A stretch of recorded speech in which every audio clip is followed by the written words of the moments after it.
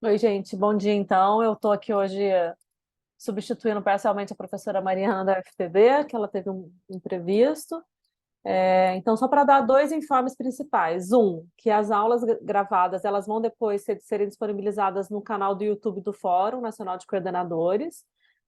Eu vou botar aqui ao longo da aula o link do canal do YouTube e a gente também vai mandar isso por e-mail para os professores responsáveis, que aí depois encaminha para os estudantes. As duas primeiras aulas a gente já começou a fazer o upload, mas como é muito grande, tá demorando. E um outro informe importante é que a gente vai mudar o link da sala de aula. Para a semana que vem, vai se manter esse mesmo link que está sendo utilizado, e isso só vai valer para daqui a 2 semanas. Então, isso também vou colocar aqui no chat o novo link, mandar também por e-mail para os docentes responsáveis, e aí vocês vão ter o acesso, tá? Então, agradecer aí a presença de todos. Hoje a gente vai ter aula com a professora Eliane Rosado. A professora Eliane é professora titular do Instituto de Nutrição José de Castro, docente dos programas de pós-graduação do mestrado profissional em nutrição clínica da UFRJ e também do curso de mestrado e doutorado acadêmico em nutrição também aqui da UFRJ.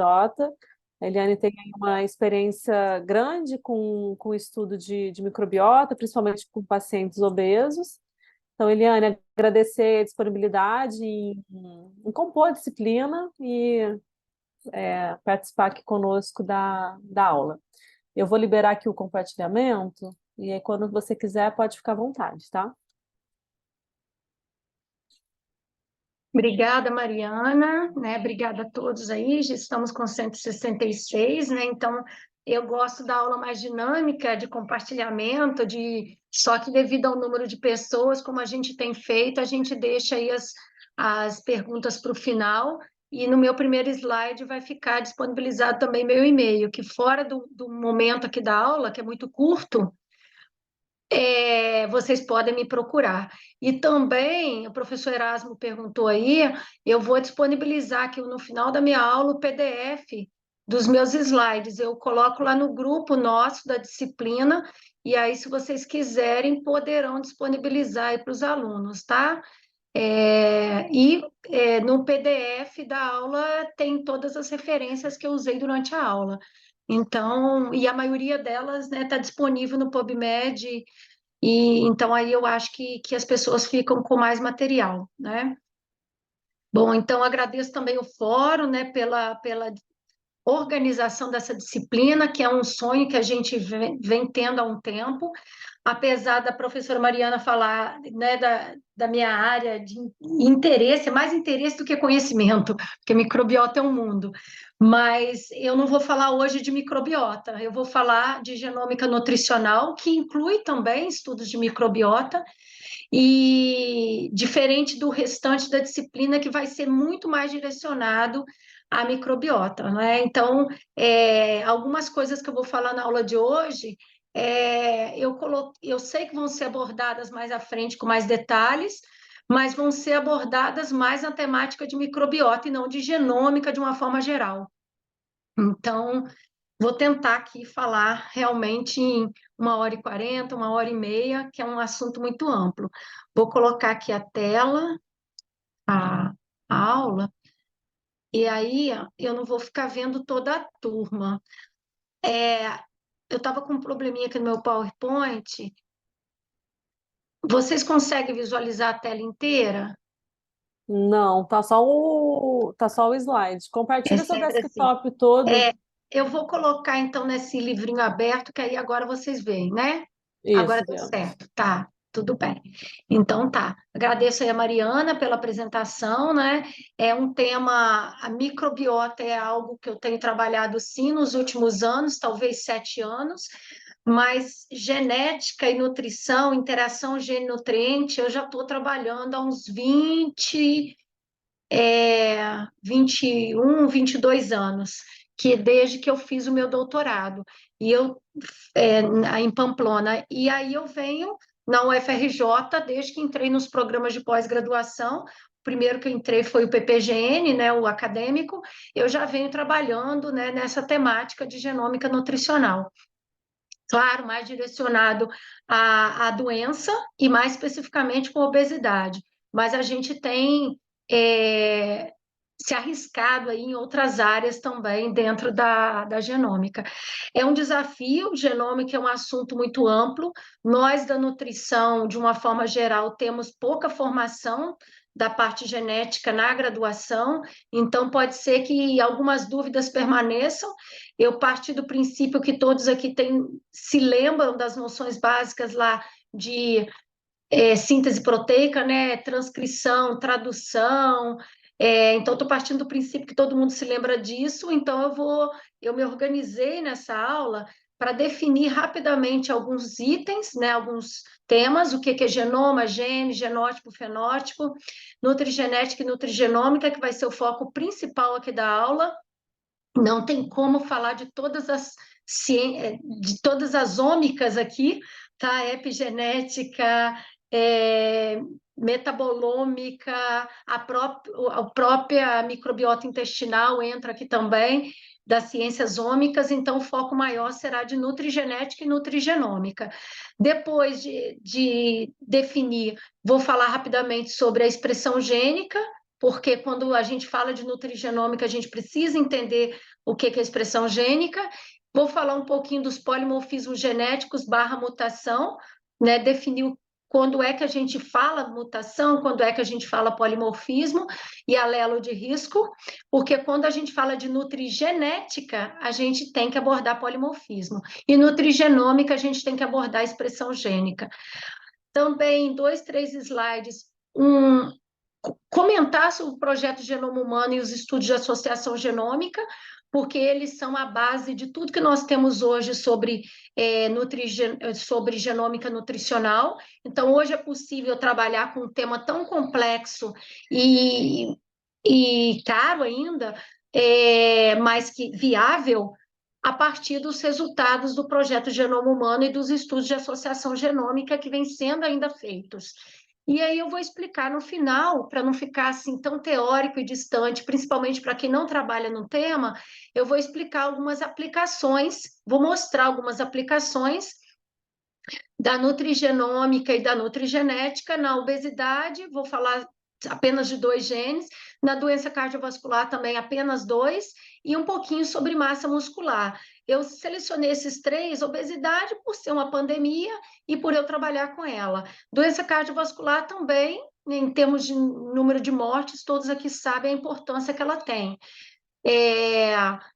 Tanto para quem trabalha em saúde pública, na parte preventiva, quanto quem trabalha em clínica especificamente.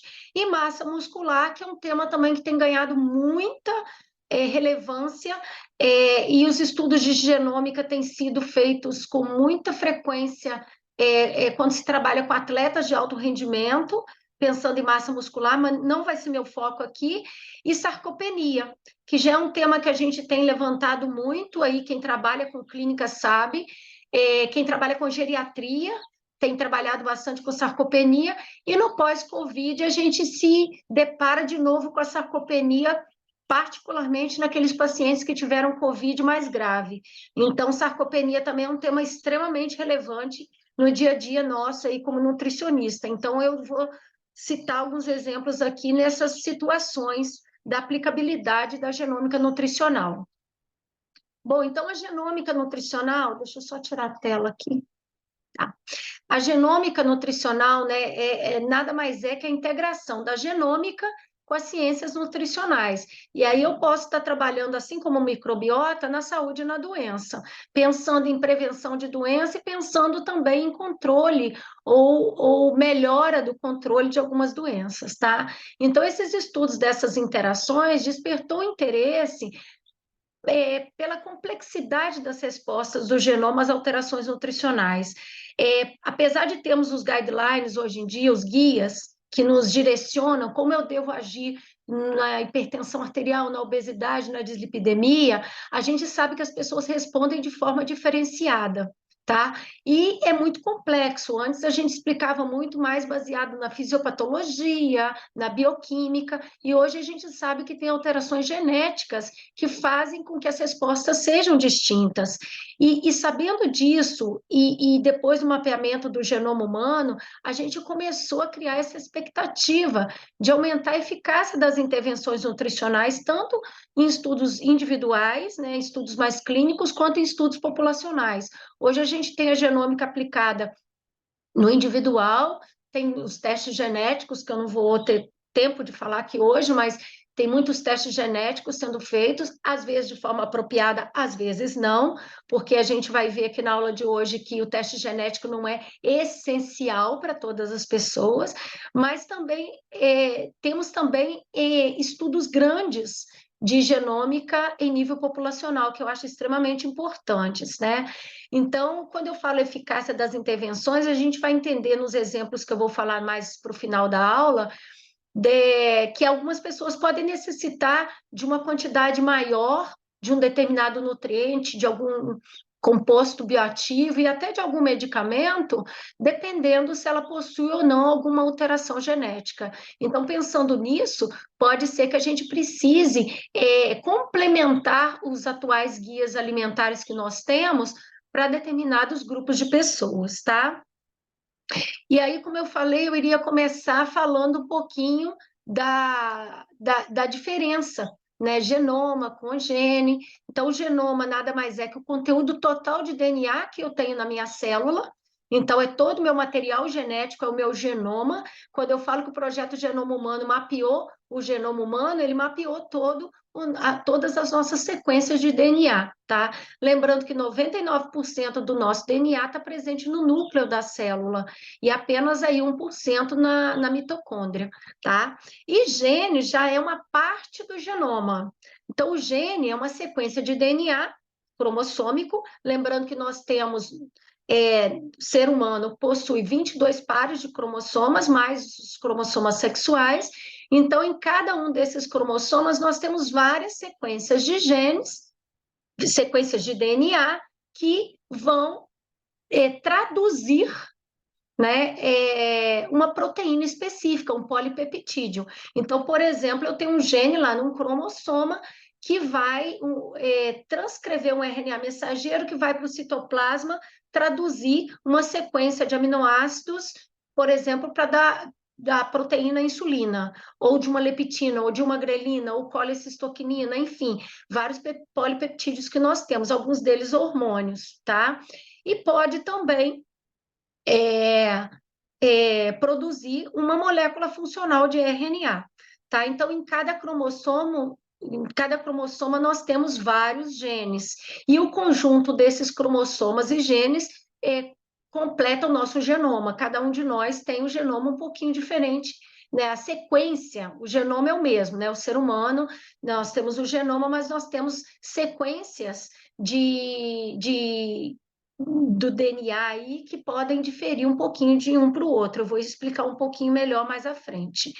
Também é importante a gente saber a diferença de genótipo e fenótipo, né? No grego, genótipo quer dizer geno, que é originar, prover, e tipos, que é característica. Então, é a origem das nossas características, que é a nossa constituição genética, que é o nosso genoma. E fenótipo já é o que é evidente, não necessariamente evidente macroscopicamente falando, mas, por exemplo, se eu ganho peso, o meu fenótipo, eu observo que eu estou ganhando peso, é um fenótipo. O genótipo, ele pode estar predispondo o meu ganho de peso. E sob influência do ambiente que eu vivo, eu posso ou não desenvolver o fenótipo de obesidade. E eu posso também ter alterações microscópicas, por exemplo, na função de alguma proteína, como eu citei o exemplo da insulina. Eu não estou vendo a insulina modificada, mas microscopicamente ali a sequência de DNA alterada levou uma insulina alterada. Então, pode ter algum fator ambiental influenciando, enfim. O fenótipo seria o que é evidente, a característica evidente do indivíduo. Um exemplo fácil de entender, essa figurinha aqui que é bem infantil, mas eu acho importante de entender que o indivíduo ele pode ter, quando ele é mais jovem, um genótipo que predispõe à obesidade, mas ele é magro. Ele não tem obesidade. 20 anos depois, dependendo do ambiente que ele vive, e aí a alimentação inadequada, inatividade física, dentre outros fatores ambientais, nós vamos destacar aqui a nutrição, mas não existe só a nutrição, existem N fatores ambientais que podem servir de gatilho para o genótipo se expressar. Esse indivíduo, num ambiente mais obesogênico, ele pode desenvolver o fenótipo aí da obesidade. Então, diante disso, a gente não pode atribuir toda a causa de uma determinada enfermidade ao ambiente, mas a gente também não pode determinar tudo à genética. Então, a genética ela não é destino. Você pode ter uma predisposição maior ou menor a uma determinada enfermidade, uma determinada característica, é, e não desenvolver aquela enfermidade, por exemplo. Vai dependendo do ambiente que a gente vive. Isso é interação gene-ambiente, né? E no nosso caso aqui, a interação gene com compostos bioativos ou nutrientes, a gente tem a genômica nutricional.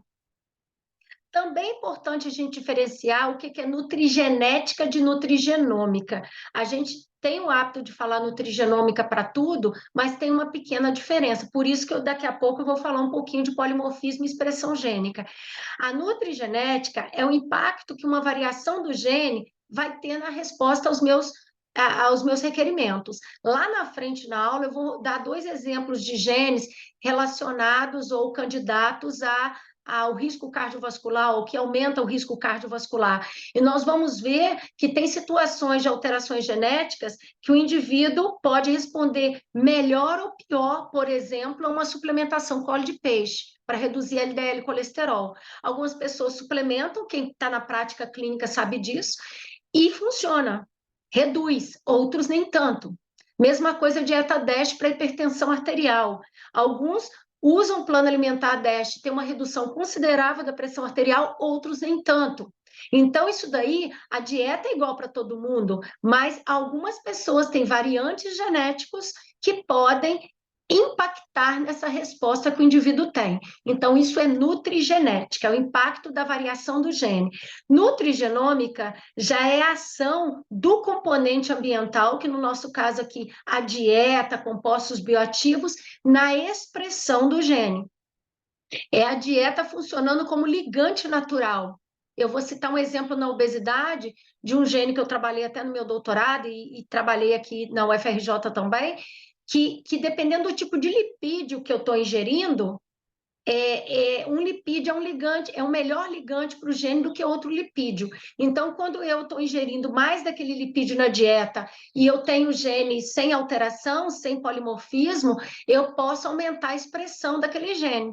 E se é um gene envolvido em lipogênese, eu posso fazer mais lipogênese. Se é um gene envolvido em lipólise, eu posso emagrecer mais facilmente, eu posso fazer lipólise. Então, nesse caso da genômica, o mandatório é a dieta, né? A dieta influenciando a expressão de genes. E, claro, se a pessoa tem uma variação naquele gene, o nutriente pode ter um impacto maior numa pessoa que na outra. Então, entre nós aqui, vamos supor, eu com a Mariana, temos um plano alimentar, uma dieta rica em lipídio insaturado, poliinsaturado. E aí ela tem um polimorfismo num gene que tem o poliinsaturado como ligante e eu não tenho. Então, se eu ingerir mais poliinsaturado, eu vou exacerbar a expressão daquele gene. Ela, às vezes, ingerindo o mesmo poliinsaturado que eu, ela não vai exacerbar tanta expressão daquele gene, porque o gene dela está modificado.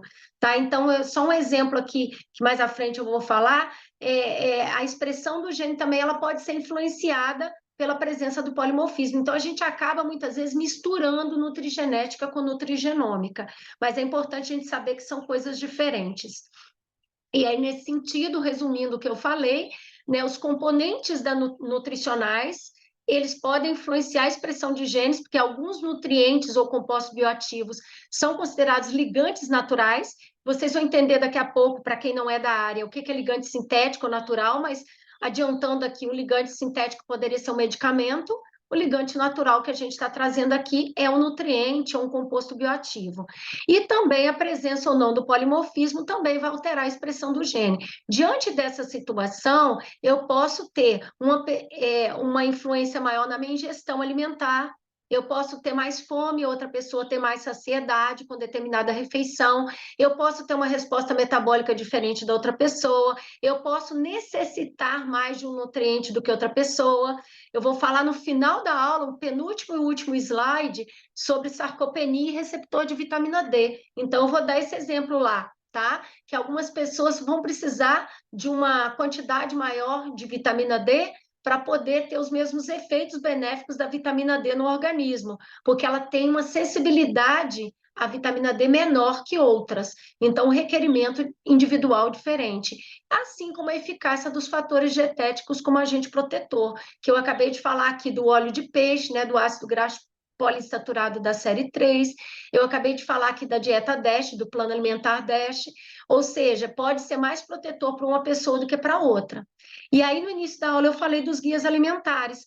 Diante dessas evidências das ômicas aí, da nutrigenômica, nutrigenética, a gente faz a seguinte pergunta: será que os guias alimentares atuais eles são adequados para todo mundo? Não quero de forma nenhuma dizer que de agora para frente a gente não precisa do guia alimentar, muito pelo contrário, a gente precisa sim, mas a gente tem que entender que algumas pessoas precisam de algo a mais para ter o mesmo resultado que outras pessoas, tá? Então, é aí que vem aquela expectativa que eu mostrei lá no meu primeiro slide, que esses estudos de interação criaram essa expectativa da gente poder aumentar a eficácia de determinada intervenção em determinada situação, tá? Para não deixar de falar, né, como o tema é genômica, aí tem uns artigos que eu deixo para vocês lerem, que são artigos bem tranquilos, são mais revisão bibliográfica, esse é um deles, tá? É um estudo que fala da nutrição personalizada nas doenças crônicas, e aí mostra, além da nutrigenética e nutrigenômica que eu abordei aqui, também a proteômica, que é outra ômica, né, que já vai estudar a proteína sintetizada, a metabolômica, onde a gente estuda os metabólitos produzidos por aquela proteína. Nós temos também a... Opa, deixa eu tirar isso da tela aqui. Nós temos também a epigenética, a epigenômica, que em algum momento da disciplina eu acredito que vai ser comentado também, e nós temos o microbioma, que é o foco principal da nossa disciplina, que também é uma ômica, tá? Eu decidi abordar mais nessa aula a nutrigenética, a nutrigenômica, porque vocês terão muitas aulas aí de microbiota, né? A disciplina se chama microbioma, então vocês terão aula aí sobre a microbiota na obesidade, microbiota na doença cardiovascular, microbiota na doença inflamatória intestinal, então vocês terão mais desse tema. Essas são as quatro, então, 4P, digamos assim, da medicina, que são as ômicas.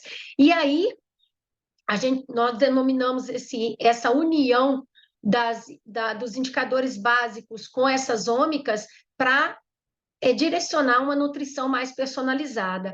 Continuo sendo adepta de uma boa avaliação nutricional, né, estudando indicadores antropométricos, bioquímicos, dietéticos, socioeconômicos e culturais, para a gente determinar a nossa intervenção dietética, seja populacional, seja individual. Em algumas situações que a gente se encontra diante de um paciente não está conseguindo resposta àquela determinada situação, a gente pode recorrer a um teste genético ou uma avaliação de microbiota, ou seja, eu chamaria de cereja do bolo. Não é para a gente abandonar a avaliação básica que a gente já faz e passar agora a fazer teste genético de todo mundo, mas talvez o teste genético ele seja interessante em alguma situação para sair um pouco da obesidade aqui, por exemplo, risco de câncer de mama, famílias que têm mais de um com câncer de mama, eu tenho como, em estudos de epigenética, saber se aquele indivíduo ali, se aquela mulher tem um risco maior ou menor. E aí eu posso fazer uma avaliação mais periódica, eu posso fazer vigiar mais aquele risco daquela doença. Então, é uma forma de você utilizar as ciências ômicas a seu favor, tá? Então, pode ser, por exemplo, que o plano alimentar mediterrâneo, numa situação de desbiose para eubiose, funcione de uma forma um pouco diferente de uma pessoa para outra, dependendo das alterações genéticas que ela possui, tá? E aí nós temos o que eu acabei de falar, a gente não abandona aqueles indicadores básicos que a gente já faz na nossa prática clínica como nutricionista. Eu acho que a maior parte que está assistindo aqui é nutricionista, mas mesmo quem não é, sabe que a gente faz uma avaliação criteriosa do comportamento alimentar, dos hábitos alimentares, atividade física, uso de fumo, álcool, enfim, a gente faz avaliação antropométrica, a gente pode também fazer uma análise mais profunda, avaliando hormônios, né, além da insulina, leptina, outros hormônios, para fazer uma avaliação mais detalhada, mas também a gente pode se utilizar dessas ciências ômicas. É o que hoje nós chamamos de nutrição de precisão ou prato da nutrição de precisão. Continuar usando os indicadores básicos, importantíssimos para a gente observar a resposta do indivíduo a uma intervenção, mas também lançando mão da genômica nutricional. Tá? E aí, como eu falei anteriormente de nutrigenômica e nutrigenética, que são coisas diferentes, é importante a gente entender o que é expressão gênica e o que é variação genética ou polimorfismo.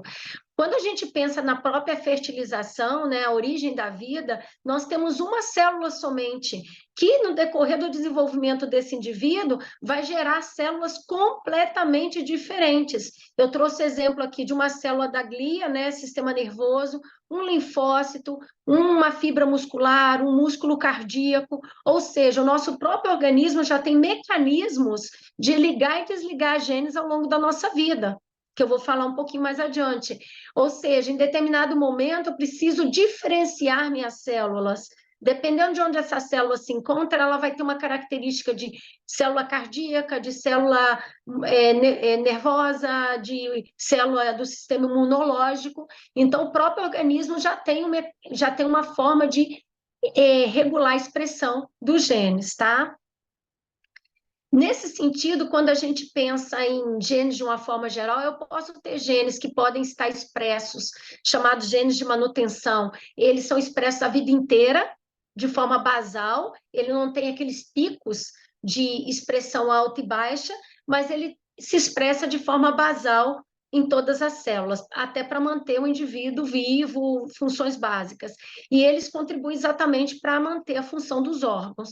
Mas tem alguns genes que podem estar expressos no momento da vida e em outro não. Eu gosto bastante dessa figura aqui da borboleta, que é o único ser, o ser é o mesmo. Se a gente observar o fenótipo, a gente vê aqui no início uma lagarta que é completamente diferente, até em cor, da borboleta no final. Então, com certeza, alguns genes estão mais expressos aqui nesse momento inicial da vida dela, e no final eles não estão mais expressos. Outros genes que envolvem cor das asas, formato do corpo, eles vão ter uma expressão diferenciada, tá? Isso acontece também com o ser humano. Então, como eu disse anteriormente, tem genes que vão estar, por exemplo, a criança na fase de crescimento e desenvolvimento, alguns genes vão estar mais expressos relacionados a crescimento estatural. Depois que a gente passa dos 18, 20 anos, esses genes já vão ter uma redução da sua expressão. Vai depender também da especificidade do tecido, como eu falei, tecido, se é músculo cardíaco, músculo esquelético, se é célula nervosa, e sim dos fatores ambientais, que é o nosso foco principal. Né? Tem vários estudos com gêmeos idênticos que mostram que um desenvolve uma determinada doença, o outro não, dependendo do ambiente que vive. Então, alguns genes, eles podem estar ligados no momento e não funcionar mais, ou alguns, por exemplo, relacionado a trabalho mental, o meu, por exemplo, de trabalho que eu estou aqui falando para vocês, ele pode estar muito expresso agora, no presente momento. Tem outros genes que estão inativos, mas que em algum momento da vida eles podem ter uma expressão aumentada, e tem alguns ainda que nunca funcionaram e talvez não funcionarão. É uma ciência ainda que tem muita coisa para se estudar. Para que serve determinados genes, ainda a gente não tem resposta para tudo, tá? É, Bom, e então expressão gênica seria isso, seria a atividade, digamos assim, de um gene, dependendo da situação, do tempo de vida, do fator que o indivíduo, do fator ambiental que ele tem ali. Por isso que nutrigenômica é o efeito do nutriente ou composto bioativo na expressão do gene, ou seja, é a capacidade que o composto nutriente tem de ligar ou desligar, falando uma linguagem bem simples, tá, gente? Ninguém liga e desliga o gene, mas é uma forma de ativar ou desativar. Eu estou chamando a atenção disso porque tem algumas questões aí na mídia, que eu acho importante falar aqui, né? Pessoas ligando e desligando o gene, né? Enfim, eu não vou entrar nesse detalhe aqui, mas a gente tem visto aí na mídia essas questões. A mulher vai engravidar e aí vai fazer um procedimento para desligar alguns genes relacionados à doença na vida adulta do bebê, tá? Isso daí eu acho bem complexo, não é minha área de atuação, mas eu acho bem complexo, porque nós não temos um gene, nós temos vários, tá? E polimorfismo ou mutação, elas podem acontecer em diferentes graus. Eu não vou falar aqui de mutação cromossômica e genômica, que são maiores. Eu vou falar das gênicas, que é onde nós conseguimos modular o efeito do gene. Mutação cromossômica, como o próprio nome diz, ela acontece uma trissomia, por exemplo, na síndrome de Down. É uma mutação cromossômica que a gente não consegue mudar mudando o ambiente. Ela o indivíduo tem e não tem como reverter. As genômicas também são mais complexas, mas as alterações gênicas, em nível de gene, mais especificamente, a gente consegue muitas vezes modular com a nutrição. E são esses polimorfismos que a gente vai estar abordando na genômica nutricional, tá? Essas modificações, elas podem acontecer. Eu estou trazendo um resumo aqui, tá, gente? Tem vários outros tipos de polimorfismos, mas eu vou trazer aqui os que a gente mais trabalha, o que eu tenho mais trabalhado na nutrição. São modificações nessa sequência de DNA que podem acontecer por substituição, tem uma figura aqui do lado, a substituição, por exemplo, de uma base nitrogenada guanina por uma citosina lá no meu DNA. Todo mundo deve estar lembrado aqui que o DNA transcreve o RNA mensageiro. O RNA mensageiro tem um códon, que é uma trinca de bases nitrogenadas, são 3 bases, que vão levar a mensagem para o citoplasma. Lá no citoplasma, o RNA transportador, com seu anticódon, ele reconhece essa trinca do RNA mensageiro, esse códon, e vai incorporar um aminoácido X na cadeia polipeptídica. Então, se eu tiver uma substituição de uma única base nitrogenada, que vocês vão encontrar na literatura como SNP ou SNP, né? O que seria SNP? É um polimorfismo de nucleotídeo único ou de um único nucleotídeo. Ou seja, um nucleotídeo substituído lá no meu DNA vai muitas vezes formar um códon diferente que vai levar a mensagem diferente para o citoplasma. Aquela proteína vai ser sintetizada? Sim. O RNA transportador vai incorporando aminoácido na sequência correta. Quando chega naquele local onde teve a mudança do códon do RNA mensageiro, ele pode acontecer que a mudança não alterou o aminoácido, porque vocês devem lembrar que alguns aminoácidos são codificados por mais de um códon, e aí pode ser que a metionina continua sendo metionina, mas pode ser que a substituição de uma única base nitrogenada faça com que não haja mais a incorporação da metionina naquele lugar, e sim de um ácido aspartico, por exemplo, um outro aminoácido. Então, a proteína vai ser sintetizada, exemplo, insulina, vai, só que é uma insulina que vai ter um aminoácido diferente ali. É uma única base nitrogenada que deu origem a uma proteína alterada. Essa proteína com variante, que a gente chama de variante, ou alelo de risco, ou mutação ou polimorfismo, a gente pode mudar a função dessa insulina. Ela pode ter uma função aumentada ou, na maioria das vezes, reduzida. Então, a insulina teria uma capacidade menor de fazer o papel dela como proteína, né? Que a captação de glicose pelos tecidos periféricos e central pelo fígado, tá? Quando essa alteração, essa substituição de uma base nitrogenada não resulta na alteração do aminoácido, nós chamamos de mutação silenciosa. E quando altera o aminoácido, é não silenciosa, tá? E quando é que a gente chama de mutação e polimorfismo, tá? O nome polimorfismo já diz que é uma mudança de forma. O mesmo gene ele pode ter vários polimorfismos, várias mudanças de forma. Agora, quando essa mudança acontece em mais de 1% da população, a gente chama de polimorfismo. Quando ela é muito rara, acontece em pequeno percentual da população, a gente chama de mutação. Eu, particularmente, que não sou geneticista, né, eu tenho um conhecimento muito limitado, né, de genômica perto de alguém que estuda isso. Eu, para não correr risco, eu chamo de polimorfismo, porque a gente não tem, talvez, informações até de quem veio primeiro. Se esse percentual de 0,8%, por exemplo, da população que tem uma alteração genética, se aquele ali é o mutado ou é o selvagem. Talvez no passado ele fosse o selvagem, mas com a adaptação ao longo do tempo, ele passou a ser menos importante e, naturalmente, ele passou a representar o menor percentual da população. Então, quando eu falo a palavra polimorfismo, eu não corro o risco de errar. É uma mudança de forma. Toda mutação é um polimorfismo, mas nem todo polimorfismo é uma mutação, tá? Uma outra forma de polimorfismo que nós temos é de inserção e outra de deleção. Essas aqui acabam sendo mais relevantes do que a substituição, podem trazer alterações mais importantes na proteína traduzida, porque a partir do momento que eu coloco uma base nitrogenada numa cadeia, numa sequência de DNA, ou tiro uma base nitrogenada original, eu vou alterar todos os códons daqui para frente. Né? Porque como o códon é uma trinca de bases, eu coloquei uma a mais ou tirei uma, dali para frente tudo pode mudar. Né? A sequência de aminoácidos na cadeia polipeptídica pode ser completamente diferente. Aqui tem um exemplo que eu acho que é mais fácil entender. Se entra aqui, ó, entre a uracila e a guanina, se entra uma adenina, ao invés de traduzir o aminoácido alanina, vai traduzir o aminoácido serina. E todos os códons sequentes vão mudar.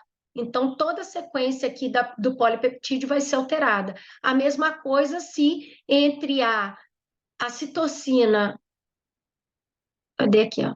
Citocina, a uracila e a citocina, sai uma guanina. E aí eu vou ter também uma alteração na sequência toda polipeptídica.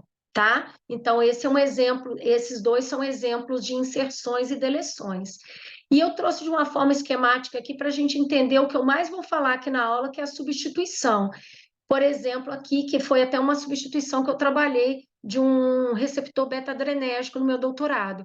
Uma única substituição lá no DNA de citocina por guanina, aliás, o DNA tinha CTA, citocina, timidina, adenina, que transcrevia o RNA mensageiro GAU, guanina, adenina, uracila, que codificava o aminoácido ácido aspartico.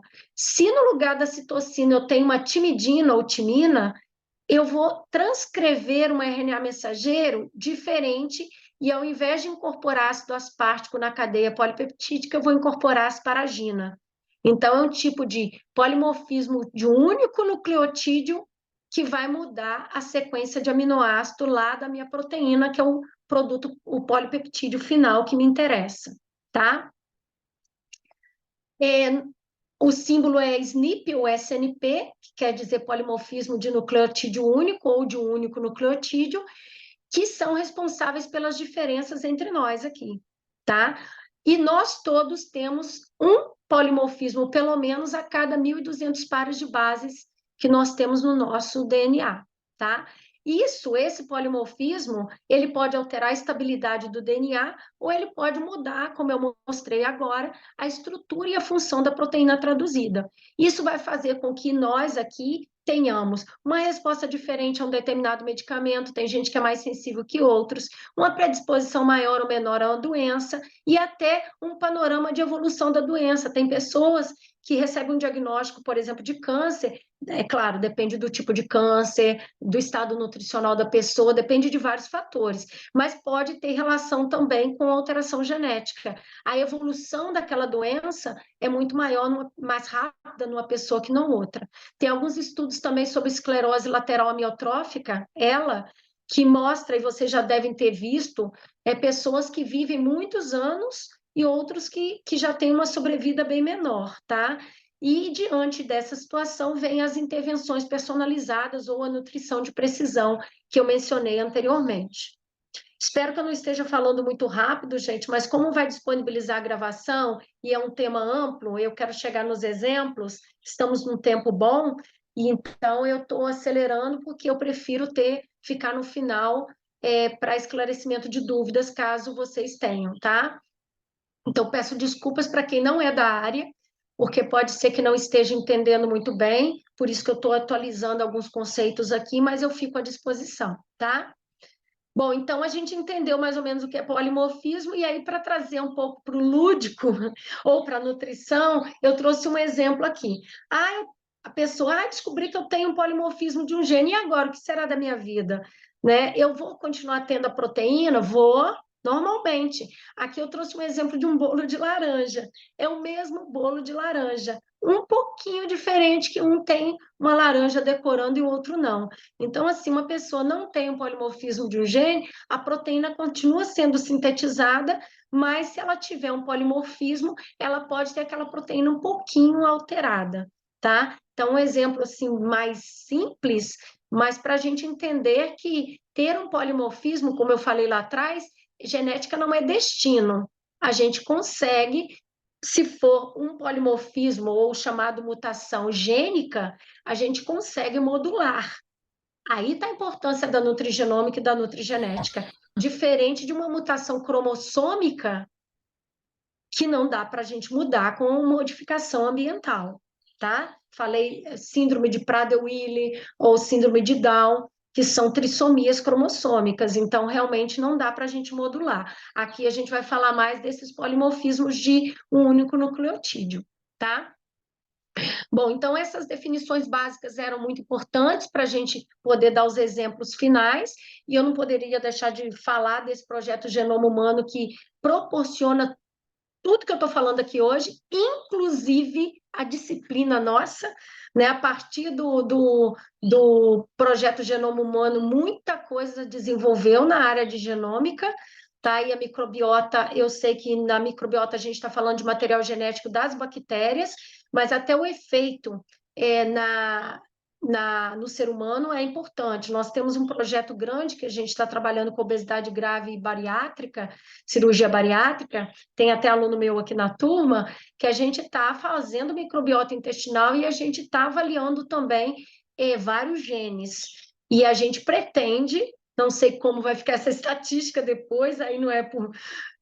vamos ter que estudar como avaliar, que a gente quer cruzar dados também de alguns genes, por exemplo, relacionado à inflamação, sabendo que a alteração da microbiota intestinal também está relacionada à alteração da inflamação sistêmica, que vocês ainda terão, tiveram a aula passada, que foi maravilhosa nesse sentido, e vocês terão outras aulas que vamos trabalhar em fatores ambientais, né, dietéticos, influenciando na eubiose.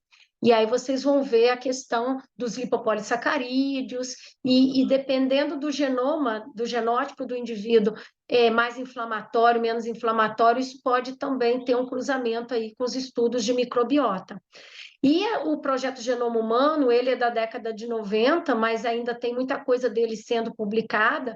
Ele teve como objetivo sequenciar o genoma humano. As primeiras publicações saíram em 2001. A Nature foi um pouquinho mais rápida que a Science, então a Nature publicou em 15 de fevereiro de 2001 e a Science em 16 de fevereiro de 2001, sobre o projeto Genoma Humano. Além de sequenciar o genoma, eles desenvolveram também técnicas de mapeamento e sequenciamento.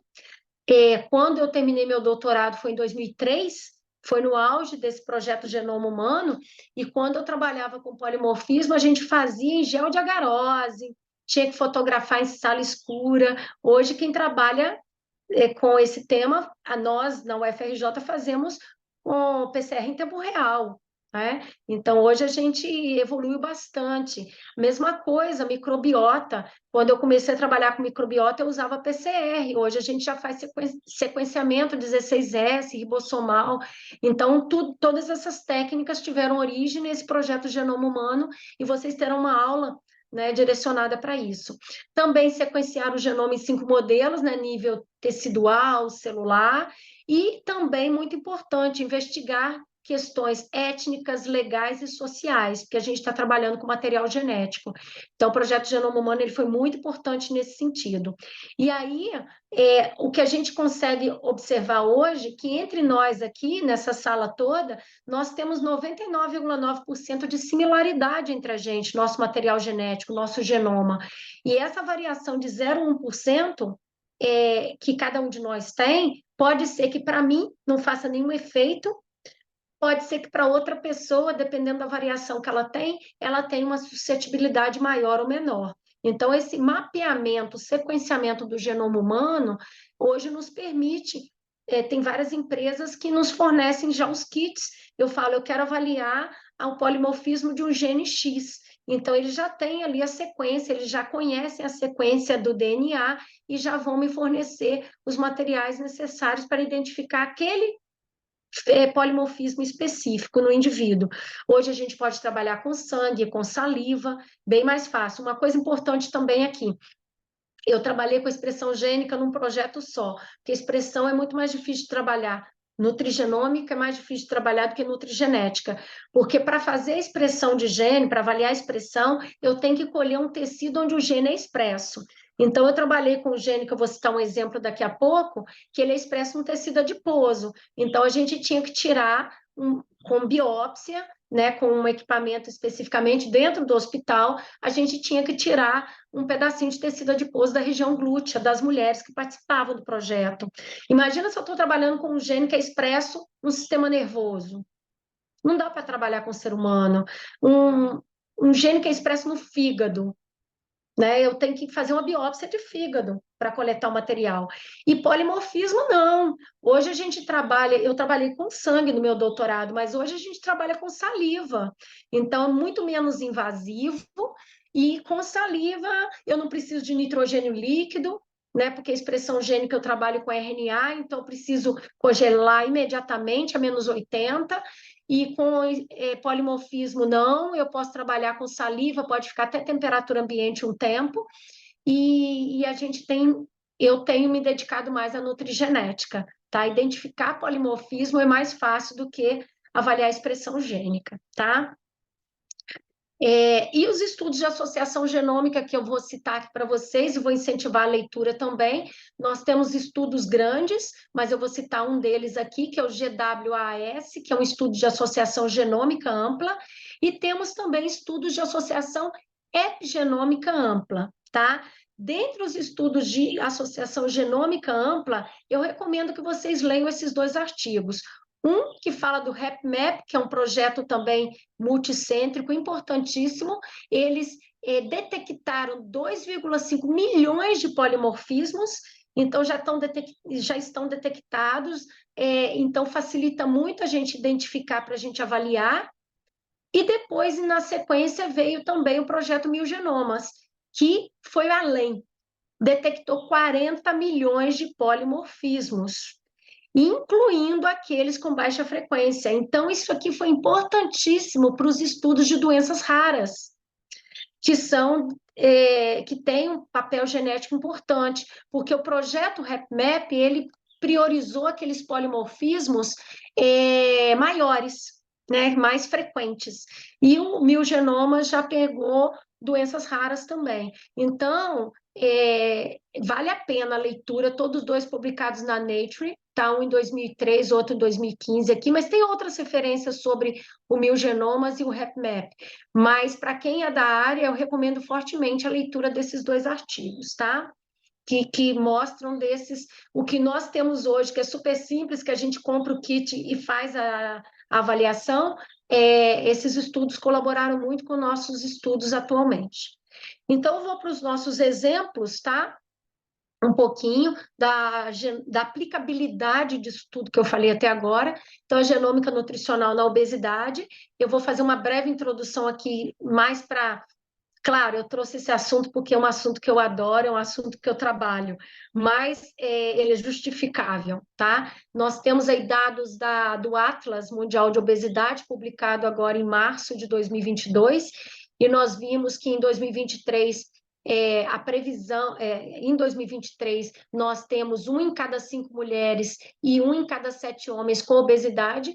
Isso totaliza 1 bilhão de pessoas no mundo. E a previsão aqui, se a gente fizer a comparação de 2010 com 2030, tanto em números absolutos quanto em percentual, aumentou bastante. Então, se pensarmos aqui na obesidade classe 1, 2, 3, a gente, né, nós tínhamos 11% de adultos, hoje para 2030, a previsão é de 17,5%.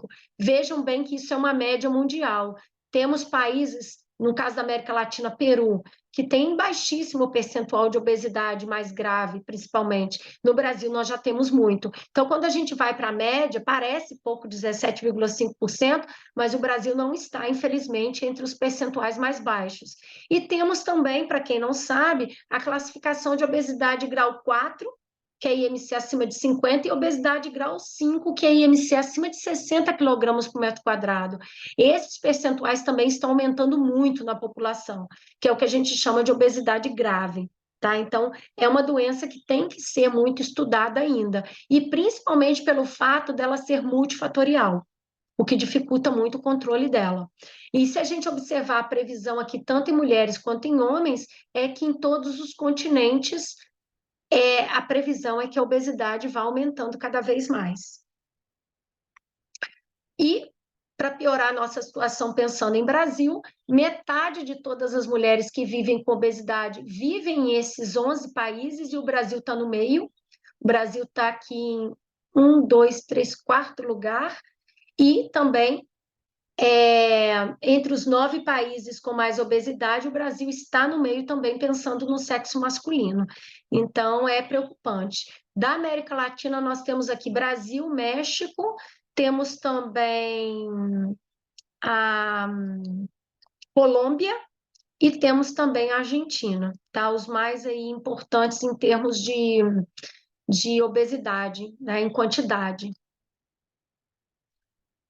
E aí a gente tem sempre aquela pergunta: será que esse aumento rápido da obesidade no mundo é devido aos chamados genes da obesidade? Né? Será que a modificação no nosso genoma é tão rápida? Porque o aumento da obesidade está acontecendo a cada 5 anos, 10 anos, está aumentando muito. Será que é o gene? Quem trabalha com esse assunto sabe que não. A gente não tem alterações dos genes em tão pouco tempo, tão rápido. Provavelmente é o fator ambiental mesmo que está interferindo nesse aumento rápido do excesso de peso na população. Quando eu falo excesso de peso, eu estou me referindo a sobrepeso e a obesidade, tá? Então, parece sim que são os fatores ambientais, mas é aquelas pessoas que comem muito mal e que não ganham peso. São sedentárias e não ganham peso. Outras pessoas que têm uma alimentação até razoável e ganham peso com facilidade. Então, a gente também não pode descartar a genética. Então, a gente sempre tem essas duas perguntas aí na cabeça. Aliás, 3 perguntas. Quem é o responsável pelo aumento dessas doenças crônicas, chamando a atenção aqui da obesidade? É o gene ou o ambiente? Ah, é o ambiente porque modificação genética não é tão rápida? Pode ser. Mas por que algumas pessoas ganham peso e outras não? Aí vem o peso da genética no meio, tá? Então, a gente sabe hoje em dia que a obesidade ela é multifatorial e é poligênica. E a genética, ela carrega assim a arma, ela predispõe, mas quem é o gatilho é o fator ambiental. E no nosso caso aqui, a alimentação, o comportamento alimentar, tá? Então, as mudanças ambientais eu não preciso falar aqui, como a gente tem passado por alterações rápidas ao longo das últimas décadas, e isso sim colabora com o ganho de peso corporal e outras doenças crônicas, né? Diabetes, doenças cardiovasculares, vários tipos de câncer. Isso tem relação com o fator ambiental, mas no caso da obesidade também a genética conta muito. E eu trouxe esse mapinha aqui, ele foi publicado em 2017, hoje nós já temos muito mais, mas só para vocês entenderem o quanto é difícil trabalhar com genômica na atualidade. Por isso que eu falei que não basta um teste genético, não vai resolver o problema de ninguém. Ah, eu fiz um teste genético, agora eu vou resolver o meu problema. Não necessariamente. Se vocês observarem todas essas setas vermelhas aqui no genoma humano, lembrando que aqui nós temos os 22 pares de cromossomas mais o par sexual, todos os locais onde nós temos uma setinha vermelha, nós temos aqui a representação de um gene. Lembra que genoma é todo material genético. Gene é uma sequência de DNA que vai dar origem a um polipeptídeo. Então, por exemplo, no cromossoma 1 aqui, eu tenho vários genes que são chamados candidatos à obesidade. O que é um gene candidato à obesidade? É um gene que está relacionado à tradução de uma proteína envolvida no gasto energético, no efeito térmico do alimento, no apetite, na saciedade,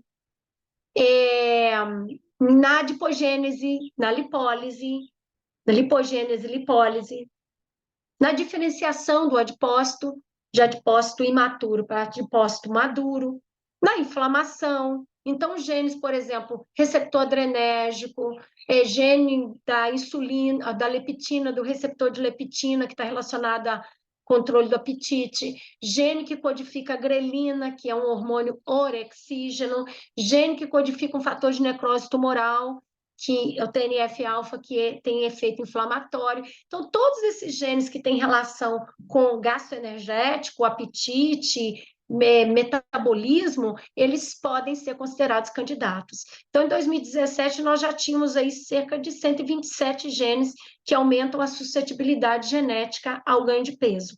Então, é muito difícil trabalhar, porque o mesmo ligante de um gene que vai estar envolvido na síntese de uma proteína com ação lipolítica, pode ser o mesmo ligante que está envolvido com a expressão de um gene com atividade lipogênica.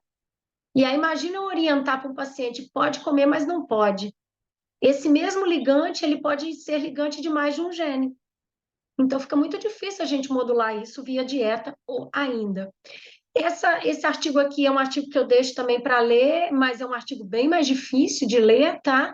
Ele traz aí uma sequência de genes que eu não vou falar, mas mostrando também que o mesmo gene ele pode influenciar em mais de um fenótipo. Então, por exemplo, o FTO, que é o gene relacionado a tecido adiposo, o receptor de melanocortina, são dois genes relacionados a apetite, consumo alimentar. Eles podem influenciar na obesidade extrema, eles podem influenciar no IMC, o aumento do IMC, eles podem relacionar com relação cintura-quadril. Então, várias características aqui, esse gráfico é todo assim, que ele mostra a interseção. Então, o mesmo gene ele pode estar relacionado a mais de uma alteração, tá? Vou trazer dois exemplos aqui da obesidade. Um gene que é um receptor ativado por proliferadores de peroxissomas, é um nome que assusta um pouquinho, né? Ele tem esse nome porque quando, né, foi estudado, ele tinha relação com aquela organela que a gente mal comenta sobre ela no ensino médio, né, o peroxissoma. Não sei se todos aqui lembram do peroxissoma, que a gente fala, ele está envolvido com atividade digestiva celular, né? Mas não tem relação nenhuma com a atividade do gene aqui para a gente. Esse receptor ele é tão importante porque o próprio nome diz, ele é um fator de transcrição. Se pensarmos numa árvore que tem um caule e os galhos, se eu cortar o caule, eu vou matar a árvore inteira, né? Se eu tenho uma alteração no fator de transcrição, que seria esse caule, eu posso estar modulando a expressão de uma série de genes envolvidos nas vias lipogênicas, porque esse fator de transcrição, ele é um receptor nuclear, então ele está relacionado à expressão de outros genes. E tem várias isoformas desse receptor, tem isoforma alfa, gama, delta. Eu vou trazer aqui só a gama, que é a mais estudada. A alfa, por exemplo, está relacionada à lipólise. A gama está relacionada à diferenciação de adipócitos, lipogênese e sensibilidade à insulina. Daqui a pouco eu vou trazer um exemplo bem prático, não sei se alguém aqui trabalha em consultório com diabetes e vai lembrar do que eu estou falando, tá? Esse gene tem sido muito importante, não só na nutrição, mas na indústria, na farmácia, né? Tem medicamentos que são usados para melhorar a sensibilidade à insulina de paciente que tem diabetes tipo 2, que tem como mecanismo de ação aumentar a expressão do PPR-gama, porque o PPR-gama, apesar de ser um dos fatores que promove a maturação do adipócito, ou seja, auxilia na lipogênese, no ganho de tecido adiposo, ele também melhora a sensibilidade à insulina, tá? Então, ele é estudado na obesidade, no diabetes. Esse gene é expresso no cromossoma 3. Eu quis colocar aqui o endereçozinho do banco de genes, do GenBank, que cada gene que eu estou trabalhando aqui, gente, que eu estou falando, se vocês forem lá no banco de genes do PubMed, no PubMed, todos eles têm um endereçozinho, um código. Se vocês digitarem esse código aqui, esse endereço lá no PubMed, vocês vão ter a sequência do DNA todinho desse gene, tá? Então, quem desenha os primers para avaliar polimorfismo, eles se baseiam nessa sequência de DNA do gene original, tá? Então, para todos os genes que eu estou falando aqui, eu vou colocar o cromossoma. Esse PPR-gama, então, ele está relacionado à maturação de adipócitos e à sensibilidade à insulina. Como ligante sintético, com certeza quem trabalha com diabetes já ouviu falar das glitazonas, medicamentos utilizados para quem tem diabetes tipo 2, qual o papel da glitazona? Melhorar a sensibilidade à insulina. Como ela age? Ela aumenta a expressão, um dos mecanismos, aumenta a expressão do PPR-gama.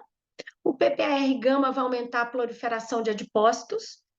A gente sabe que o adipócito pequeno, presente mais no tecido subcutâneo, coxa, tríceps, bíceps ou ao redor da cicatriz umbilical, é um adipócito mais responsivo à insulina. E o adipócito mais hipertrofiado, que está dentro da cavidade abdominal, envolvendo os órgãos internos ali, são adipócitos menos responsivos à insulina. Então, quando eu uso quando eu aumento a expressão de um gene lipogênico, eu vou aumentar a proliferação de adipócitos mais responsivos à insulina. Qual o principal efeito adverso que pode acontecer com uma pessoa que usa uma glitazona? Ganhar peso. Quem trabalha na prática clínica sabe que isso pode acontecer. E agora vocês vão saber o porquê. Porque a glitazona é um ligante sintético de um gene que tem atividade lipogênica. Então, você melhora a sensibilidade à insulina, mas você pode aumentar a quantidade de tecido adiposo no corpo. Então, por isso que com diabetes, como a maior parte dos pacientes com diabetes tipo 2 tem obesidade, o medicamento mais utilizado é metformina. Metformina não tem esse princípio de ação. Ela normalmente não cursa com ganho de peso, tá? Claro que o medicamento vai ter um efeito ligante mais exacerbado, mas nós da nutrição trabalhamos com os ligantes naturais. Então, os lipídios, principalmente, são ligantes naturais do PPR-gama, principalmente o lipídio poliinsaturado. Gravem bem isso, porque o exemplo que eu vou dar aqui, nós fizemos intervenção dietética com lipídio mono e poliinsaturado. Então, se eu estou ingerindo, por exemplo, muita fritura, e no Brasil a gente usa muito óleo de soja, milho, eu estou aumentando meu consumo de poliinsaturado. Se eu tiver o gene PPR-gama sem alteração, sem polimorfismo, o que eu posso estar fazendo comigo? Eu posso estar aumentando a expressão do meu gene que é lipogênico. Eu posso estar ganhando peso. Aí um de vocês aqui, eu vou pegar um exemplo de aluno meu, tá? A Vivian, por exemplo, ela pode ter esse gene alterado, com polimorfismo. Então, ela vai ingerir a mesma fritura que eu, mas pode ser que ela não tenha tanta lipogênese. O que é isso, gente? É nutrigenômica. É o componente dietético, desculpa, nutrigenética, é a alteração do gene influenciando na resposta que eu tenho a uma intervenção dietética, que é a definição que eu falei lá no início da aula. Dependendo do nutriente que eu vou ingerir, eu posso ter uma resposta um pouco diferente de outra pessoa, porque eu tenho polimorfismo, a outra pessoa não tem. Tá? Aí eu trouxe aqui um estudo que foi uma das publicações do meu doutorado, que eu trabalhei com mulheres com obesidade. A gente fez uma refeição hiperlipídica para avaliar efeito agudo pós-prandial, fizemos calorimetria indireta e fizemos também uma intervenção com dieta hipocalórica por 10 semanas, com diferentes tipos de lipídio. E nós observamos que as pessoas que tinham polimorfismo do gene, quando ingeriram mais poliinsaturado, reduziram o quociente respiratório. Todo mundo deve lembrar aqui do quociente respiratório lá das aulas de bioquímica. Vocês podem ver que esse assunto aqui mistura fisiologia, patologia, bioquímica, né, genética. Quanto maior o quociente respiratório, mais glicídio eu estou metabolizando. Quanto menor meu quociente respiratório, mais lipídio eu estou oxidando. Então, se o indivíduo com polimorfismo reduzir o quociente respiratório, indica que ela está oxidando mais lipídio. Olha que interessante, nós oferecemos uma dieta, uma refeição hiperlipídica, típica dieta de cafeteria, que a gente vê nos estudos norte-americanos. Eu usei um creme que era tipo um sorvete, mas que ele tinha quase 80% de lipídio, tá? Que era para a gente ter o efeito agudo. Então, para observar, nós acompanhamos essas pacientes até 200 minutos, se eu não me engano, pós-prandial. E ficamos observando o efeito térmico do alimento. E por calorimetria indireta, a gente consegue ver o gasto energético em repouso, o gasto energético pós-prandial, e a gente consegue saber também o quociente respiratório. E a gente consegue ver se a pessoa está oxidando mais ou menos determinado nutriente. Se eu estou ingerindo lipídio, é claro que eu quero oxidar lipídio. Se eu não oxidar lipídio, o que vai acontecer? Eu vou estocar aquele lipídio. Então, no meu mestrado, eu trabalhei comparando obesidade com eutrofia. Eu dava a mesma refeição teste e a gente observava que as pessoas com obesidade não caíam o quociente respiratório. O que significa? Que ela está ingerindo lipídio, mas ela não está oxidando, ela está armazenando. E a pessoa eutrófica já tem uma resposta melhor. Quando ela ingere lipídio, ela oxida mais o lipídio. Se ela oxida mais, ela estoca menos, tá? Então, nesse caso aqui, eu dei o ligante para essas mulheres e elas oxidaram o lipídio. Ou seja, o gene está alterado, está com polimorfismo, elas tiveram uma resposta diminuída ao ligante.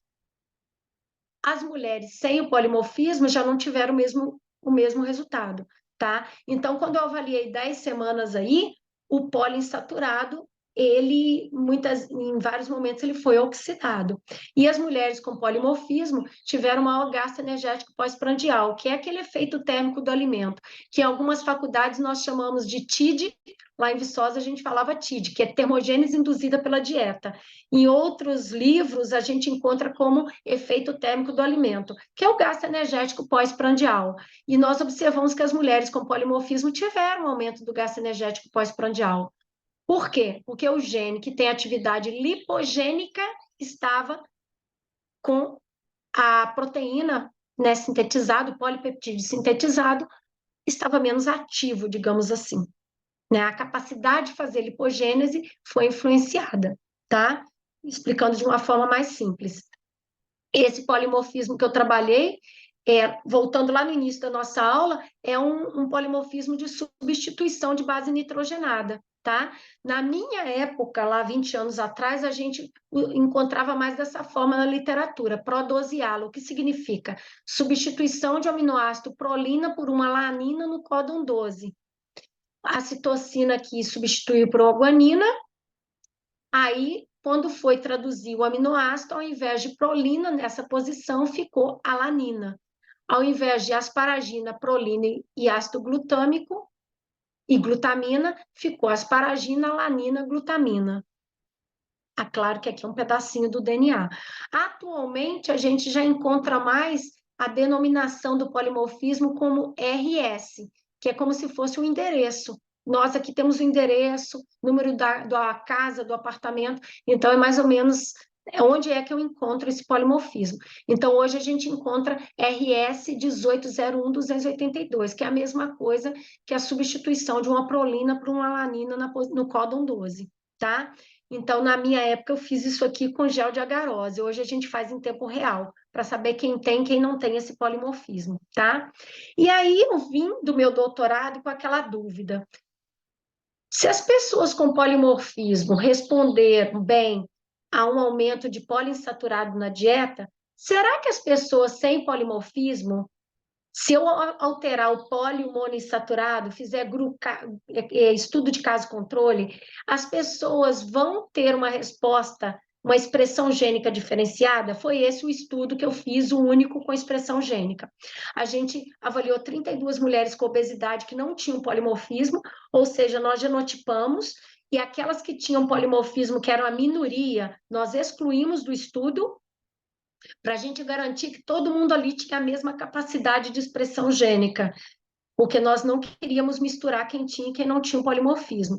Submetemos essas mulheres a 12 semanas de dieta hipocalórica, normoglicídica, normoproteica e normolipídica, um grupo rico em poliinsaturado, G1, o outro rico em monoinsaturado, e um grupo controle que a gente não fez a prescrição da dieta, mas que foi rico em saturado, que é o que a população com obesidade normalmente ingere, tá? Mas nós não fizemos dieta rica em saturado, até seria antiético, mas nós não fizemos intervenção. E G1 e G2 nós tivemos o cuidado de prescrever a mesma quantidade de saturado, fibra e a mesma relação N6-N3, tá? O que variou foi só a quantidade de poli e de monoinsaturado. E qual foi o resultado que nós encontramos? O grupo 2, que recebeu a dieta rica em monoinsaturado, teve menos fome, nós aplicamos escala analógica visual e observamos que eles tiveram menos fome, maior redução do IMC, perímetro de cintura e massa gorda, e não houve influência no perfil lipídico, tá? Desculpa, na expressão gênica. Só que a gente atribui esse resultado, talvez, ao nosso N, que foi de 32, que foi um estudo extremamente trabalhoso, porque todas essas mulheres, no momento 1 e depois de 12 semanas, nós tínhamos que levá-las ao hospital e tirar um pedacinho lá do tecido adiposo da região glútea, causava hematoma, saía sangue, tinha que ter médico na equipe, e a gente avaliou a expressão do gene antes e depois da dieta. Mas se vocês observarem o gráfico aqui, apesar de não ter diferença estatística, o grupo que recebeu poliinsaturado, que é o ligante, o melhor ligante do gene, aumentou a expressão. Visualmente vocês veem. O grupo monoinsaturado reduziu. Isso aqui pode ter influenciado, pode ter prejudicado o grupo G1 de perder peso, porque eu aumentei a expressão de um gene que, como eu disse para vocês, tem atividade lipogênica. É a explicação que nós encontramos, porque nenhuma delas tinha o polimorfismo, e aquelas que receberam a mesma dieta hipocalórica com maior conteúdo de poliinsaturado, elas tiveram mais dificuldade de perder peso comparado ao G2. Então, isso daqui, gente, é nutrigenômica. É o efeito do nutriente poli versus monoinsaturado na expressão do gene. E como o polimorfismo também altera a função da proteína, para a gente ter um efeito da expressão puro, nós excluímos pessoas que tinham polimorfismo. Mas esses estudos que são feitos com populações aí do efeito da dieta mediterrânea, o plano alimentar mediterrâneo, o DASH, e que encontra resultados diferentes na população, isso pode estar acontecendo porque não foi avaliado o gene. Pode ser que algumas pessoas respondam melhor ou pior, porque elas têm uma alteração genética. Certo? E aí, fazendo um quadro comparativo aqui do meu estudo lá do doutorado, que foi com mulheres com polimorfismo, e o estudo que eu orientei na UFRJ, que foi minha primeira doutoranda, sem o polimorfismo, a gente observa que, para quem tem o polimorfismo, eu poderia estar liberando um pouco mais de poliinsaturado, porque o gene está alterado, a função da proteína está alterada, então o ligante não teria um efeito tão exacerbado na lipogênese. E para mulheres que não têm o polimorfismo, calma lá, não posso liberar muito poliinsaturado. O monoinsaturado seria melhor para auxiliar na perda de peso. Isso é muito importante, gente. Quem trabalha em consultório com obesidade nota muito isso. Às vezes eu já estou prescrevendo uma quantidade de lipídio na dieta, que a dieta já é até hipolipídica. Eu não posso diminuir tanto numa doença crônica, abaixo de 20% do valor energético total, que a pessoa começa a ter deficiência de ácidos graxos essenciais e a pessoa tem dificuldade para adesão. Então, às vezes, o negócio não é diminuir a quantidade de lipídio, e sim modificar a qualidade. Talvez mudando a qualidade, eu esteja modulando um gene diferente. É por aí a genômica nutricional. Aí vocês poderiam me perguntar, puxa, Eliane, mas eu estou ali no consultório, eu não tenho como fazer teste genético. Qual que eu vou prescrever, poli ou mono? Aí eu já tenho literatura que me mostra a frequência de ocorrência desse polimorfismo. E no meu estudo, assim como vários outros feitos em vários países do mundo, mostram que a maior parte da população não tem esse polimorfismo. Então, se eu estou numa sala de espera lá no consultório com 10 pessoas, 10 clientes, eu olho para aquelas pessoas sem fazer teste genético, eu sei mais ou menos que 80% não tem o polimorfismo do PPR. Ou seja, 80% vai se beneficiar do monoinsaturado e apenas 20% pode se beneficiar do poliinsaturado. Qual a orientação nutricional que eu vou fazer sem saber teste genético? Vamos diminuir, gente, a fritura com óleo de soja, vamos aumentar o azeite de oliva extra virgem. Ou seja, a gente se utiliza da conduta que a gente já faz, mas a gente consegue se justificar por meio da genética. E aí, se eu vou trabalhar com uma determinada doença, eu tenho que estudar os genes que são mais conhecidos naquela doença e ver a frequência de ocorrência dele na população. No caso do PPR aqui, eu tenho certeza que a maioria das pessoas não tem o polimorfismo e podem se prejudicar do consumo exagerado de poliinsaturado, tá? Um outro gene que a gente tem aqui na obesidade é o FTO, né, que é um chamado gene da obesidade. E o gene é expresso no cromossoma 16, tá? E alguns variantes desse gene, que são mais prevalentes nas pessoas com obesidade, esse aqui claramente é, o PPR não. Eu tenho pessoas também com eutrofia que tem esse polimorfismo, mas esse aqui do FTO, se a gente comparar eutrofia com obesidade, a gente vai encontrar um número muito maior de pessoas com o chamado alelo de risco, que é o variante, em pessoas com obesidade comparado às pessoas sem obesidade. Aqui eu deixo também o link do GenBank desse gene, para quem quiser olhar lá no PubMed. O polimorfismo de nucleotídeo único, que é o SNP aqui mais estudado, é o 9939609. Eu já tive alguns alunos aí do PPGN, principalmente, trabalhando com esse gene. Uma delas é até pós-doc nossa, tá? Que eu vou mostrar um estudo dela aqui, que nós estudamos esse gene, polimorfismo é o mais estudado, que está diretamente relacionado à adiposidade corporal. E eu trouxe aqui um estudo até da Fernanda Matos, que foi minha aluna, né? A Mariana aí conhece, é pós-doc do programa nosso. Ela trabalhou no doutorado dela com 70 mulheres com obesidade grave, só mulheres que eram candidatas à cirurgia bariátrica, e nós encontramos 67% das mulheres com alelo de risco. Bem diferente do PPAR, que nós temos cerca de 16, 20% das pessoas com alelo chamado de risco, né? Ou alterado. Essa aqui, a frequência alélica é bem alta. E esse alelo A é o chamado alelo de risco para obesidade. Nesse estudo da Fernanda foi muito interessante, não tem nenhum estudo que mostre isso. Quando a gente começou a avaliar a escala analógica visual, nós vimos que as mulheres que não tinham polimorfismo tinham mais fome. Aí nós começamos, gente, está contra a literatura. Se o alelo A é o alelo de risco, a gente esperava que as mulheres com polimorfismo tivessem mais fome que as mulheres sem polimorfismo. E aí continuamos a avaliar. Quando a gente foi avaliar o desejo por salgadinhos, aperitivos, o comer fora de hora, principalmente salgadinhos, frituras, o gráfico inverteu. As mulheres com polimorfismo, com alelo de risco, tinham maior desejo por comer aperitivo e salgadinho do que as mulheres sem o alelo de risco. E isso vai de acordo com outros estudos que mostraram que as pessoas que têm um alelo de risco preferem mais dieta à base de carne, e as pessoas que não têm o alelo de risco preferem dietas mais à base de vegetais. Então, eu consigo entender até o comportamento alimentar pela presença de alguns genes. Antigamente a gente pensava, poxa, essa pessoa já tem excesso de peso e ainda come mal.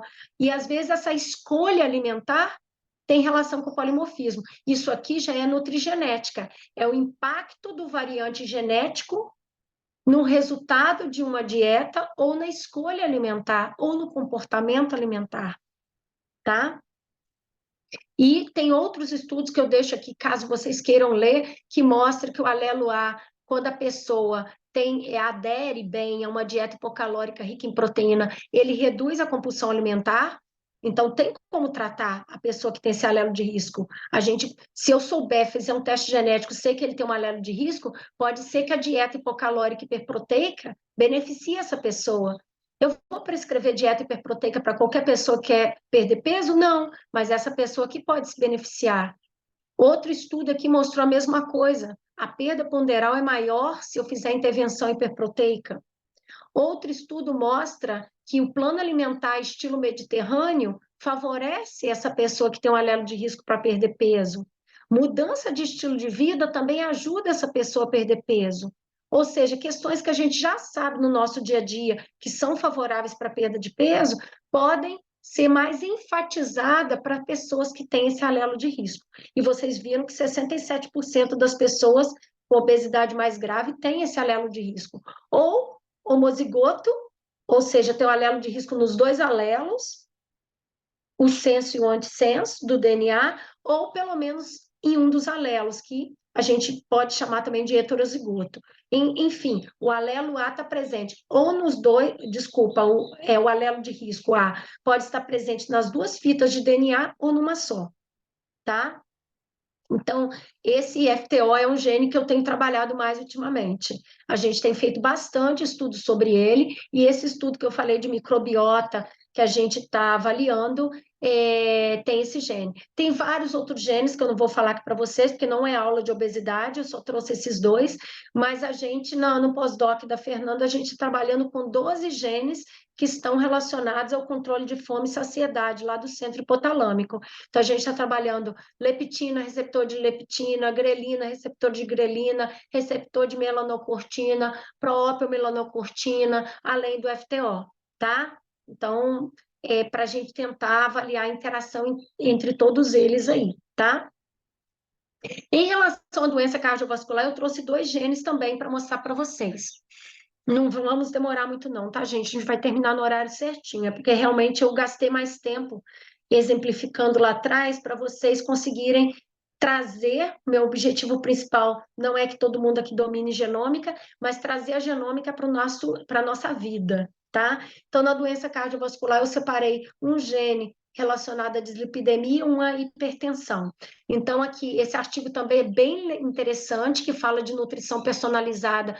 Perspectiva Futura não é tão futura assim, que ele é de 2008, mas ele traz um compilado aí de alguns genes envolvidos aí na doença cardiovascular, tá? Então, eu trouxe aqui da apolipoproteína E, quem trabalha com doença cardiovascular, ou, né, mesmo que não trabalha, já lembra que a apolipoproteína E é muito importante aí quando a gente pensa em concentrações sanguíneas de LDL, né, que é o mau colesterol, e nós temos 3 isoformas alélicas.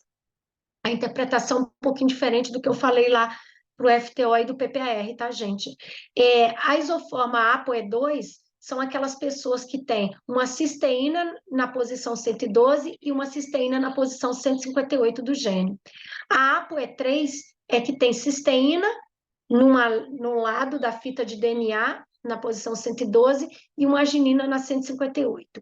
E a isoforma E4 tem arginina na 112 e arginina na 159. Desculpa, 158, aqui passou um erro, tá? Antes de mandar o material para vocês, eu vou corrigir. Então, na população, entre nós aqui na sala, podem ter pessoas que têm mais a isoforma E2, ou mais a E3, ou mais a E4, tá? A maior parte a isoforma que está mais relacionada ao risco cardiovascular é a isoforma E3. Guardem bem isso. A isoforma E3 é a que está mais relacionada a risco cardiovascular. E, infelizmente, é a mais prevalente na população. Eu circulei aqui no caso do Brasil, nós temos aí 73, 83%, né, das pessoas com a isoforma E3. Nós temos menos de 3% das pessoas com a isoforma E2 e nós temos entre 19% e 25% com a isoforma E4, tá? Então, em primeiro lugar, nós temos a maior parte da população na isoforma E3, em segundo lugar, a E4 e em último lugar aqui a E2, certo? Guardem bem isso. A E3 é a que está mais relacionada a risco cardiovascular e é a que está mais prevalente na população. E quando eu faço um ensaio clínico, eu trouxe um exemplo aqui, mas tem outros estudos. Esse estudo aqui, crossover randomizado, placebo controlado com homens com fenótipo heterogênico, eles fizeram um grupo teste suplementando 3 gramas por dia de ácido eicosapentenoico e docosahexaenoico, EPI-DHA, e um grupo placebo com azeite de oliva por 6 semanas. E o grupo, os que mais responderam com redução do LDL colesterol foi a isoforma E4. E a que menos respondeu foi a isoforma E3. Então, vejam bem, a isoforma que tem maior risco cardiometabólico ou cardiovascular é a isoforma mais prevalente na população e é a que menos responde à intervenção com óleo de peixe. Então, a gente começa a entender por que algumas pessoas suplementam e, quando vai fazer exame de sangue, rapidinho teve efeito, e outros não.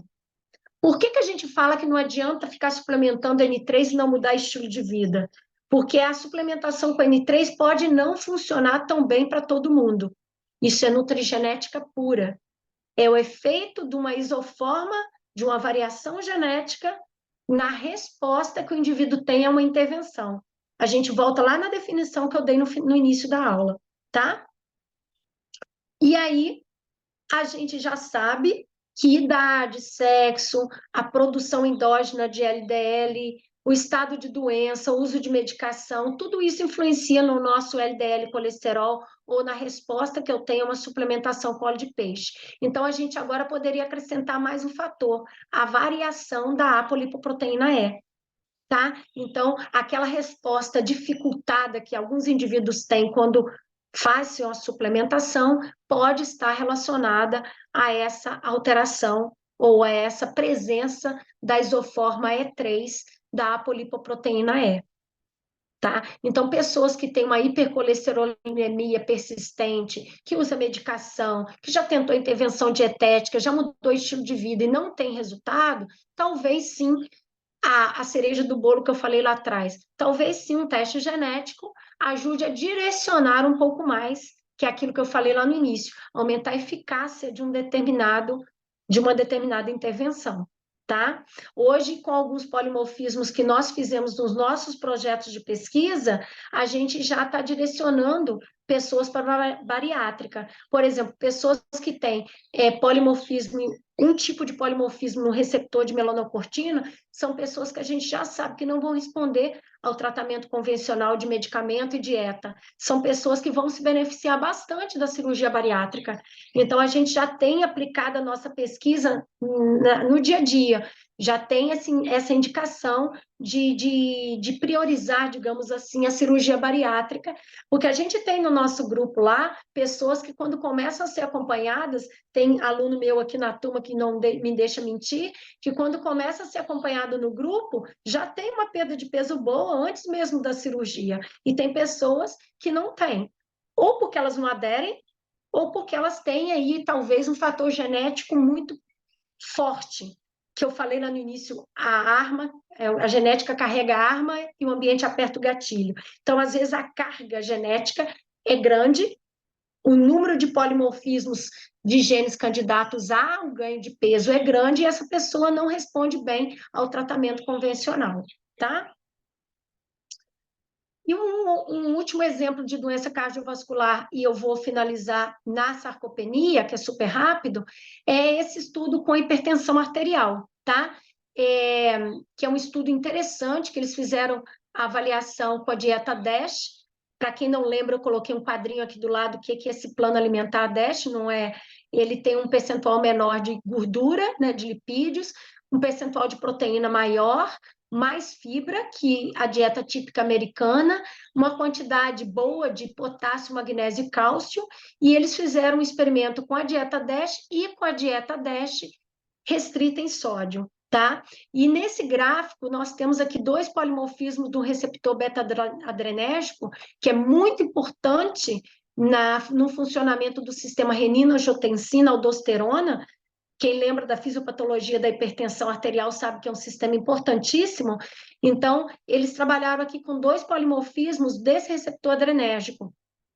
E eles avaliaram a população como um todo e avaliaram também os indivíduos de pele branca, os brancos e os negros. Para a gente aqui interessa a população como um todo, tá? E o que foi observado? Quem tinha o genótipo CC, né? C79C, teve uma redução maior, esse gráfico aqui é -1, -2, -3, então é redução da pressão arterial sistólica bem maior do que quem tinha o genótipo GG. Isso aconteceu também para o polimorfismo A46G, que é caracterizado pela substituição de uma adenina por uma guanina na posição 46. Esse polimorfismo C79G é mais estudado do que o A46G. Então, em ambas as situações, o genótipo CC, nesse polimorfismo A, que está representado aqui pelo gráfico A, quanto o genótipo AA, que está representado no gráfico B, as pessoas tiveram uma redução da pressão arterial sistólica maior. Isso nos ajuda a entender por que algumas pessoas aderem ao plano alimentar DASH e têm uma redução rápida da pressão arterial. Tem resultado da diastólica também, tá, gente? Mas eu trouxe mais aqui da sistólica, porque não teríamos tempo hábil, tá? Se tivéssemos o dia inteiro, a gente poderia detalhar mais. Esse é um artigo bem interessante também, publicado numa revista de hipertensão, tá? E as pessoas que aderem, como eu estava dizendo, a um plano alimentar DASH e tem esse genótipo CC ou AA, elas vão reduzir mais a pressão arterial do que quem tem o genótipo GG para o gráfico A e GG para o gráfico B, certo? Vamos tirar a dieta DASH como uma recomendação para hipertensão arterial? Não. É um guia, né, que foi criado, é um planejamento alimentar muito útil para controle de pressão arterial. Mas a gente tem que saber que algumas pessoas vão responder melhor do que outras, tá? Isso é nutrigenética também. E aí é importante, como eu disse, olhar a frequência de ocorrência. Eu falei que esse polimorfismo C79C ou G, ele é mais frequente, é mais estudado. Nesse estudo aqui, eles mostram que 57% da população estudada tinha o genótipo CC. Ou seja, metade das pessoas se beneficiariam mais da dieta DASH do que a outra metade, tá? Nesse caso aqui, o que menos se beneficia é o GG e também é o menor percentual da população. Diferente da ApoE e da ApoE3, que quem tem mais é a ApoE3, que está mais prevalente, é a que menos responde ao óleo de peixe. Aqui não, tá? Então, o que menos responde, felizmente, é o menor percentual aqui da população. Lembrando que esse estudo não é brasileiro, tá? É um estudo americano. E o outro polimorfismo já está presente em menor percentual, 23% da população. Certo? Então, quem trabalha com populações, ao invés de ficar preso no efeito individual, é importante ver o efeito na população como um todo.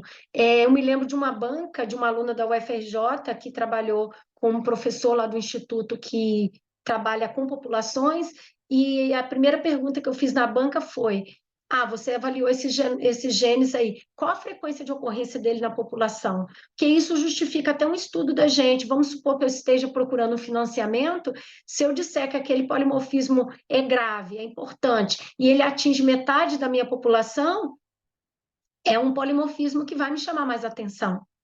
Se eu estou trabalhando com doença crônica, tá, gente? Se eu estiver trabalhando com uma doença rara, então, mesmo que ele atinja um percentual pequeno da população, ele vai ser interessante para mim. Eu, particularmente, que trabalho com obesidade, eu procuro estudar os polimorfismos que estão mais prevalentes na população, tá?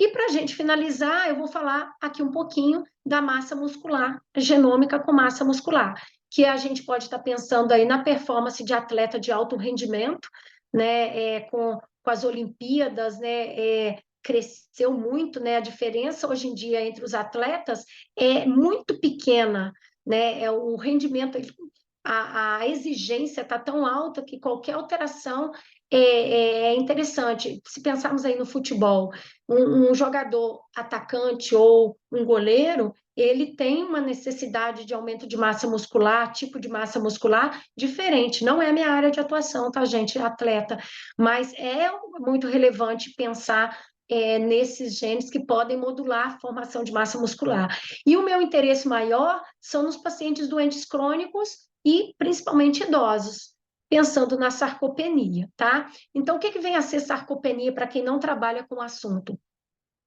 A sarcopenia, ela é caracterizada por uma redistribuição das fibras musculares, do tipo de fibra, uma infiltração de adipócitos, que nós chamamos aí muito de obesidade sarcopênica.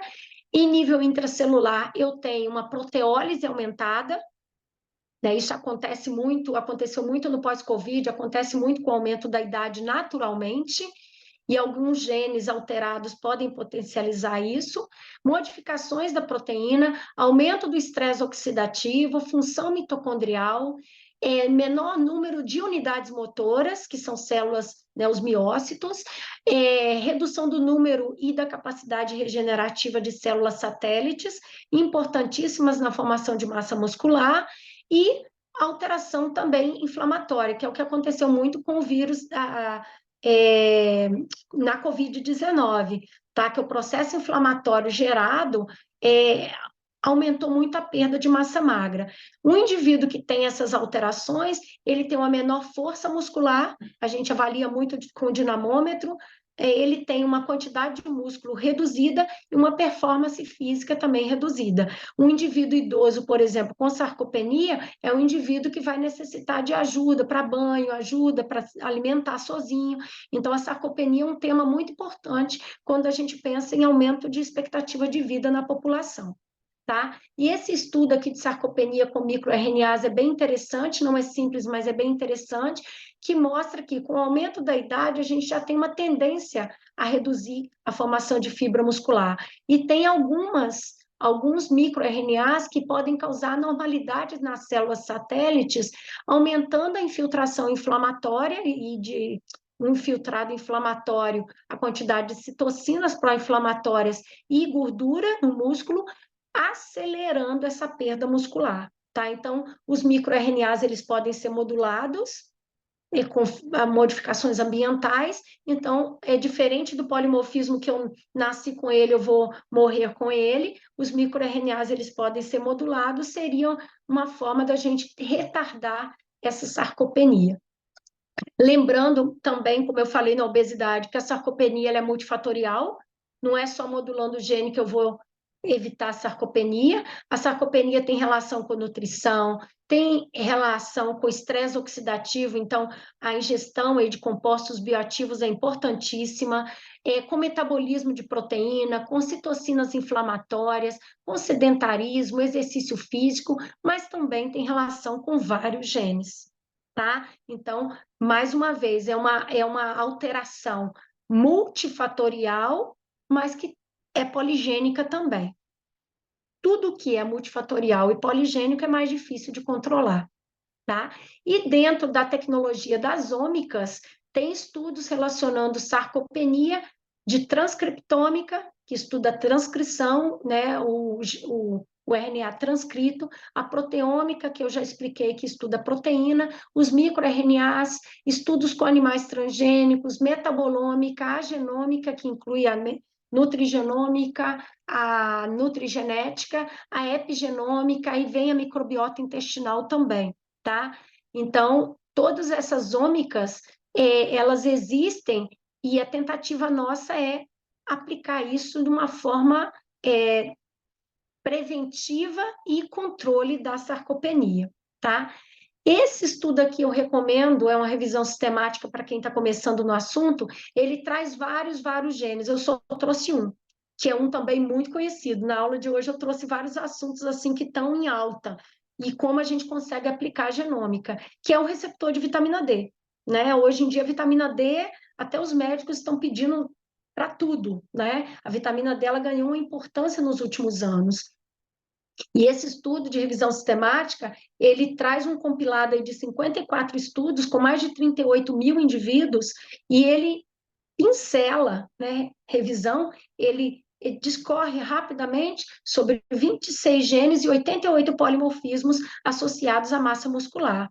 E um polimorfismo muito, muito estudado, inclusive nós temos uma professora no Instituto, a Patrícia Padilha, que trabalha com esse FOC1, que é esse polimorfismo, no caso dela é diabetes lá infantil, é, pessoas que têm o homozigoto FF, para esse polimorfismo do RS 22, 28, 570, são pessoas que têm maior risco de sarcopenia e menor força muscular.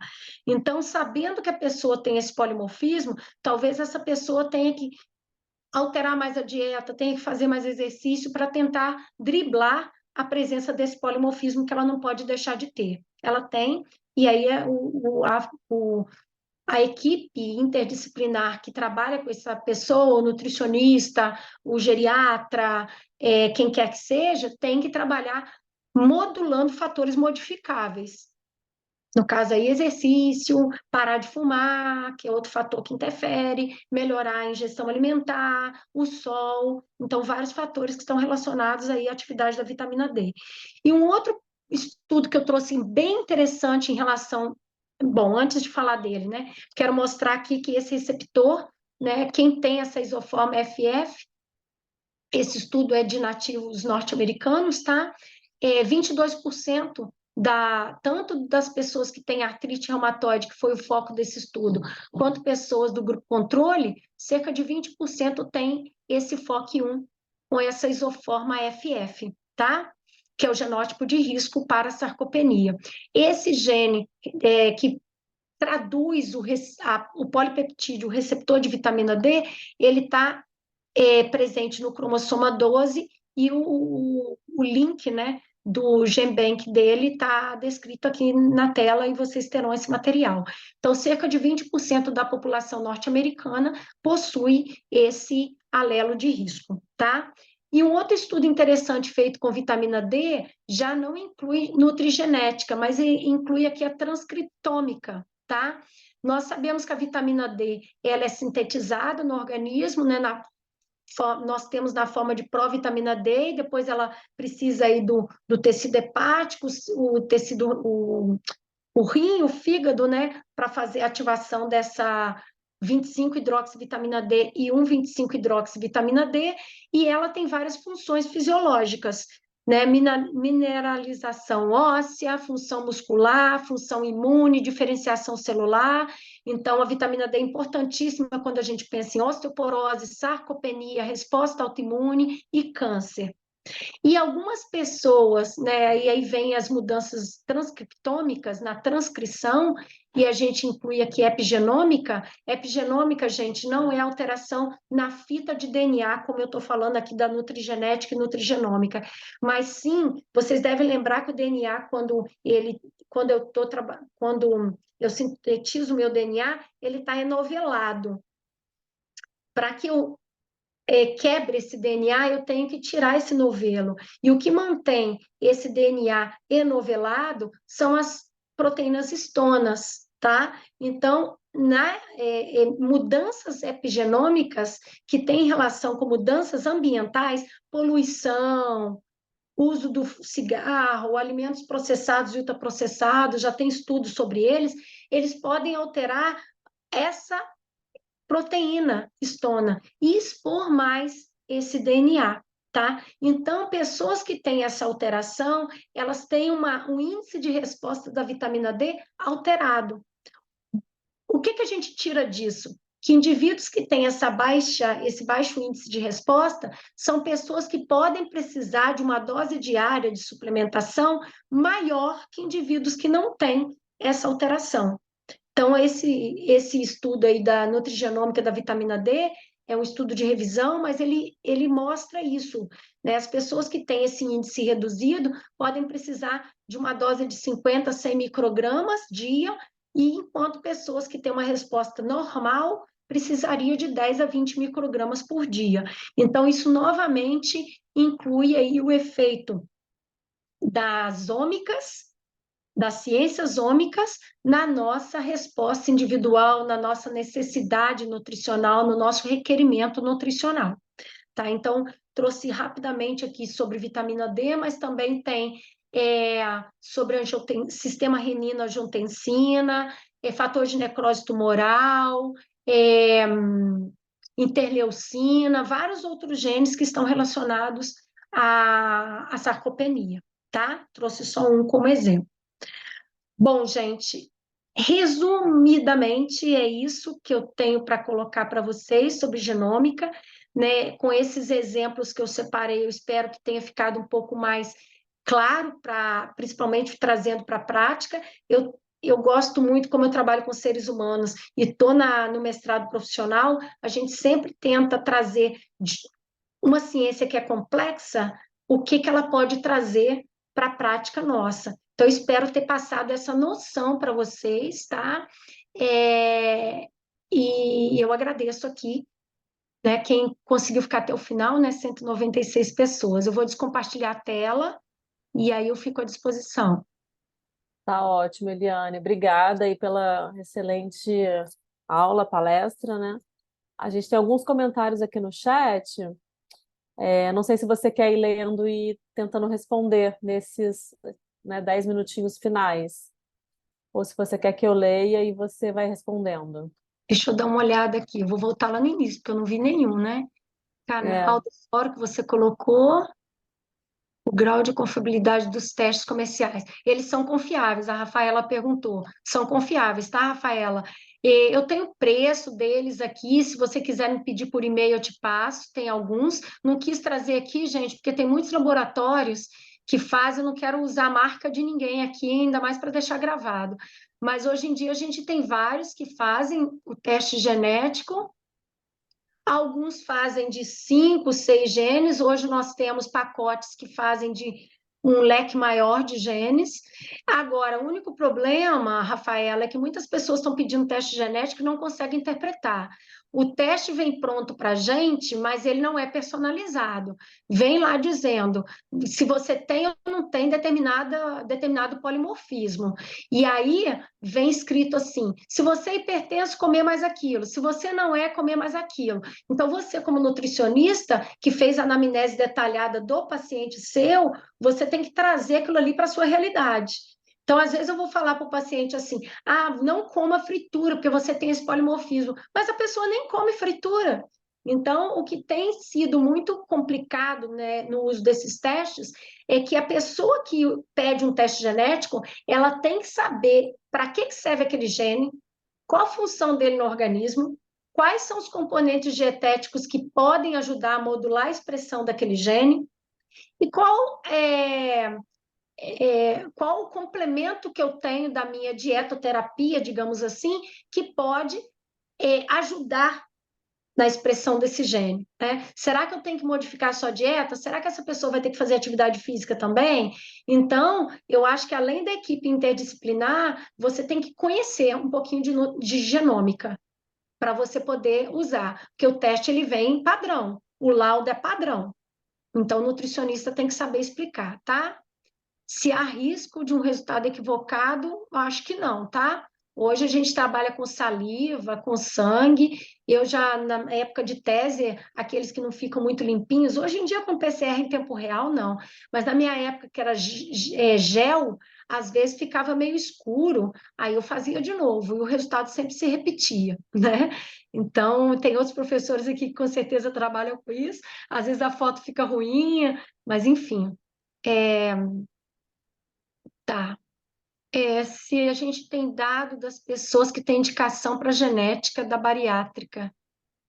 Você já tem dados sobre essas pessoas que têm indicação genética da bariátrica? Então, alguns, tá?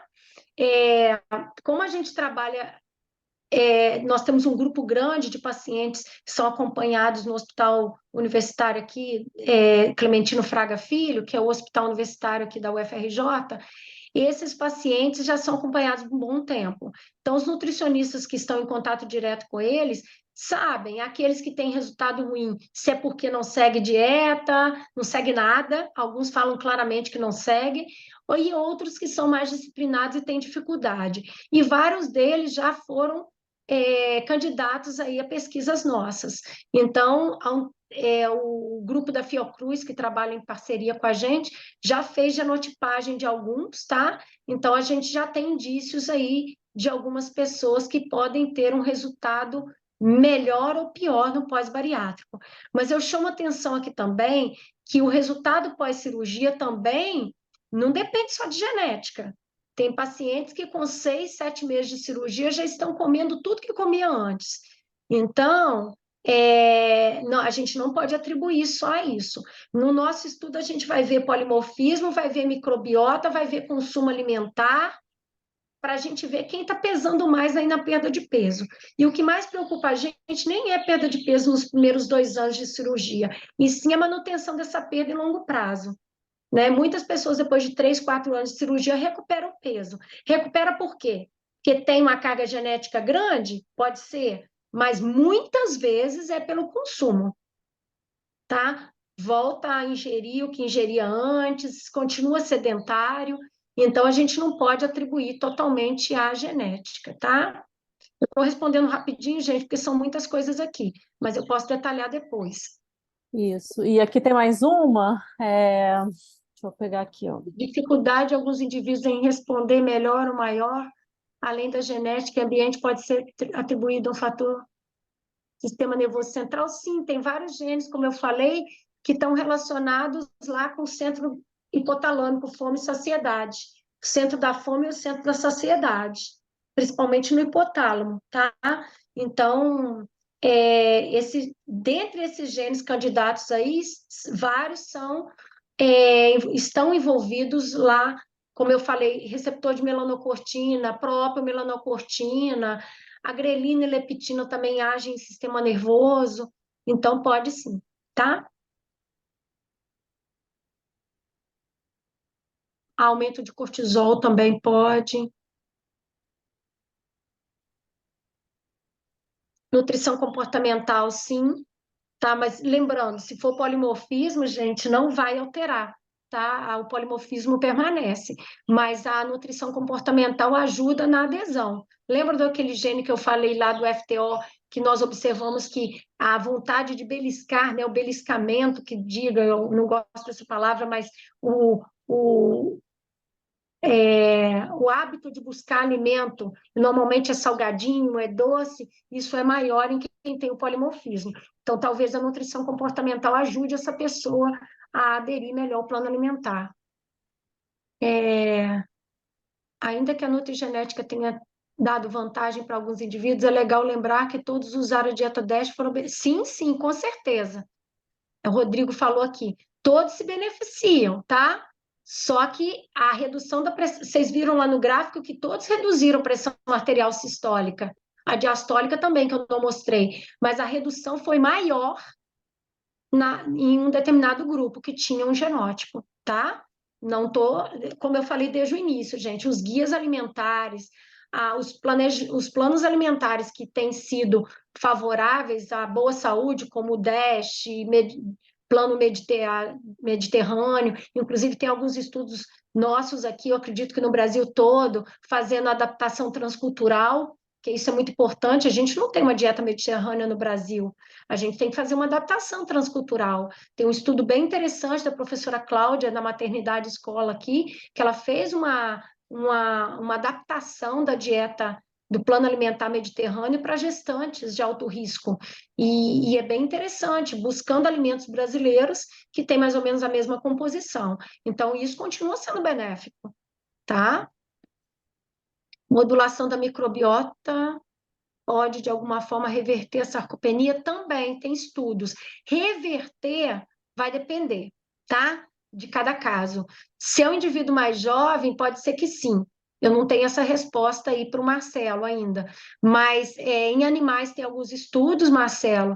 É, eu sei que o resultado é mais interessante na formação de massa, quando eu pego, por exemplo, um atleta em determinada posição do jogador de futebol. Talvez eu queira queira que ele desenvolva mais ou menos um determinado grupamento muscular. E aí tem a questão da desbiose envolvida também, mas tem pouca coisa ainda. Até porque vocês vão ver aqui na disciplina como um todo que não existe uma microbiota ideal, né? O que é ideal para mim pode não ser para o outro. O que é desbiose para mim pode não ser para o outro. Vocês verão isso aí ao longo da disciplina. Então, é um pouco complexo ainda de falar em reversão, mas talvez diminuir o avanço dessa sarcopenia, sim, tá? Prevenir o avanço. Bom, Ai, eu acho que desculpa. devia. Ah, tem mais algum aí por causa do avançado da hora para a gente. Não, pô, tem mais outras aqui, mas aí você vê aí. Eu acho que as prós, quem né, agradecer a Eliane, são muitas questões, né, associadas, então ela colocou o e-mail dela aí, a gente vai disponibilizar assim que a gravação for convertida lá no site, no canal do YouTube do Fórum. A gente já mandou e-mail para os professores, então em breve vocês vão receber essa comunicação com e-mail e com o novo link da sala de aula a partir do dia 30.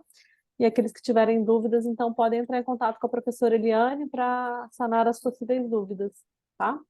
Agradecer aí a todos. Vou finalizar a gravação, vou parar a gravação.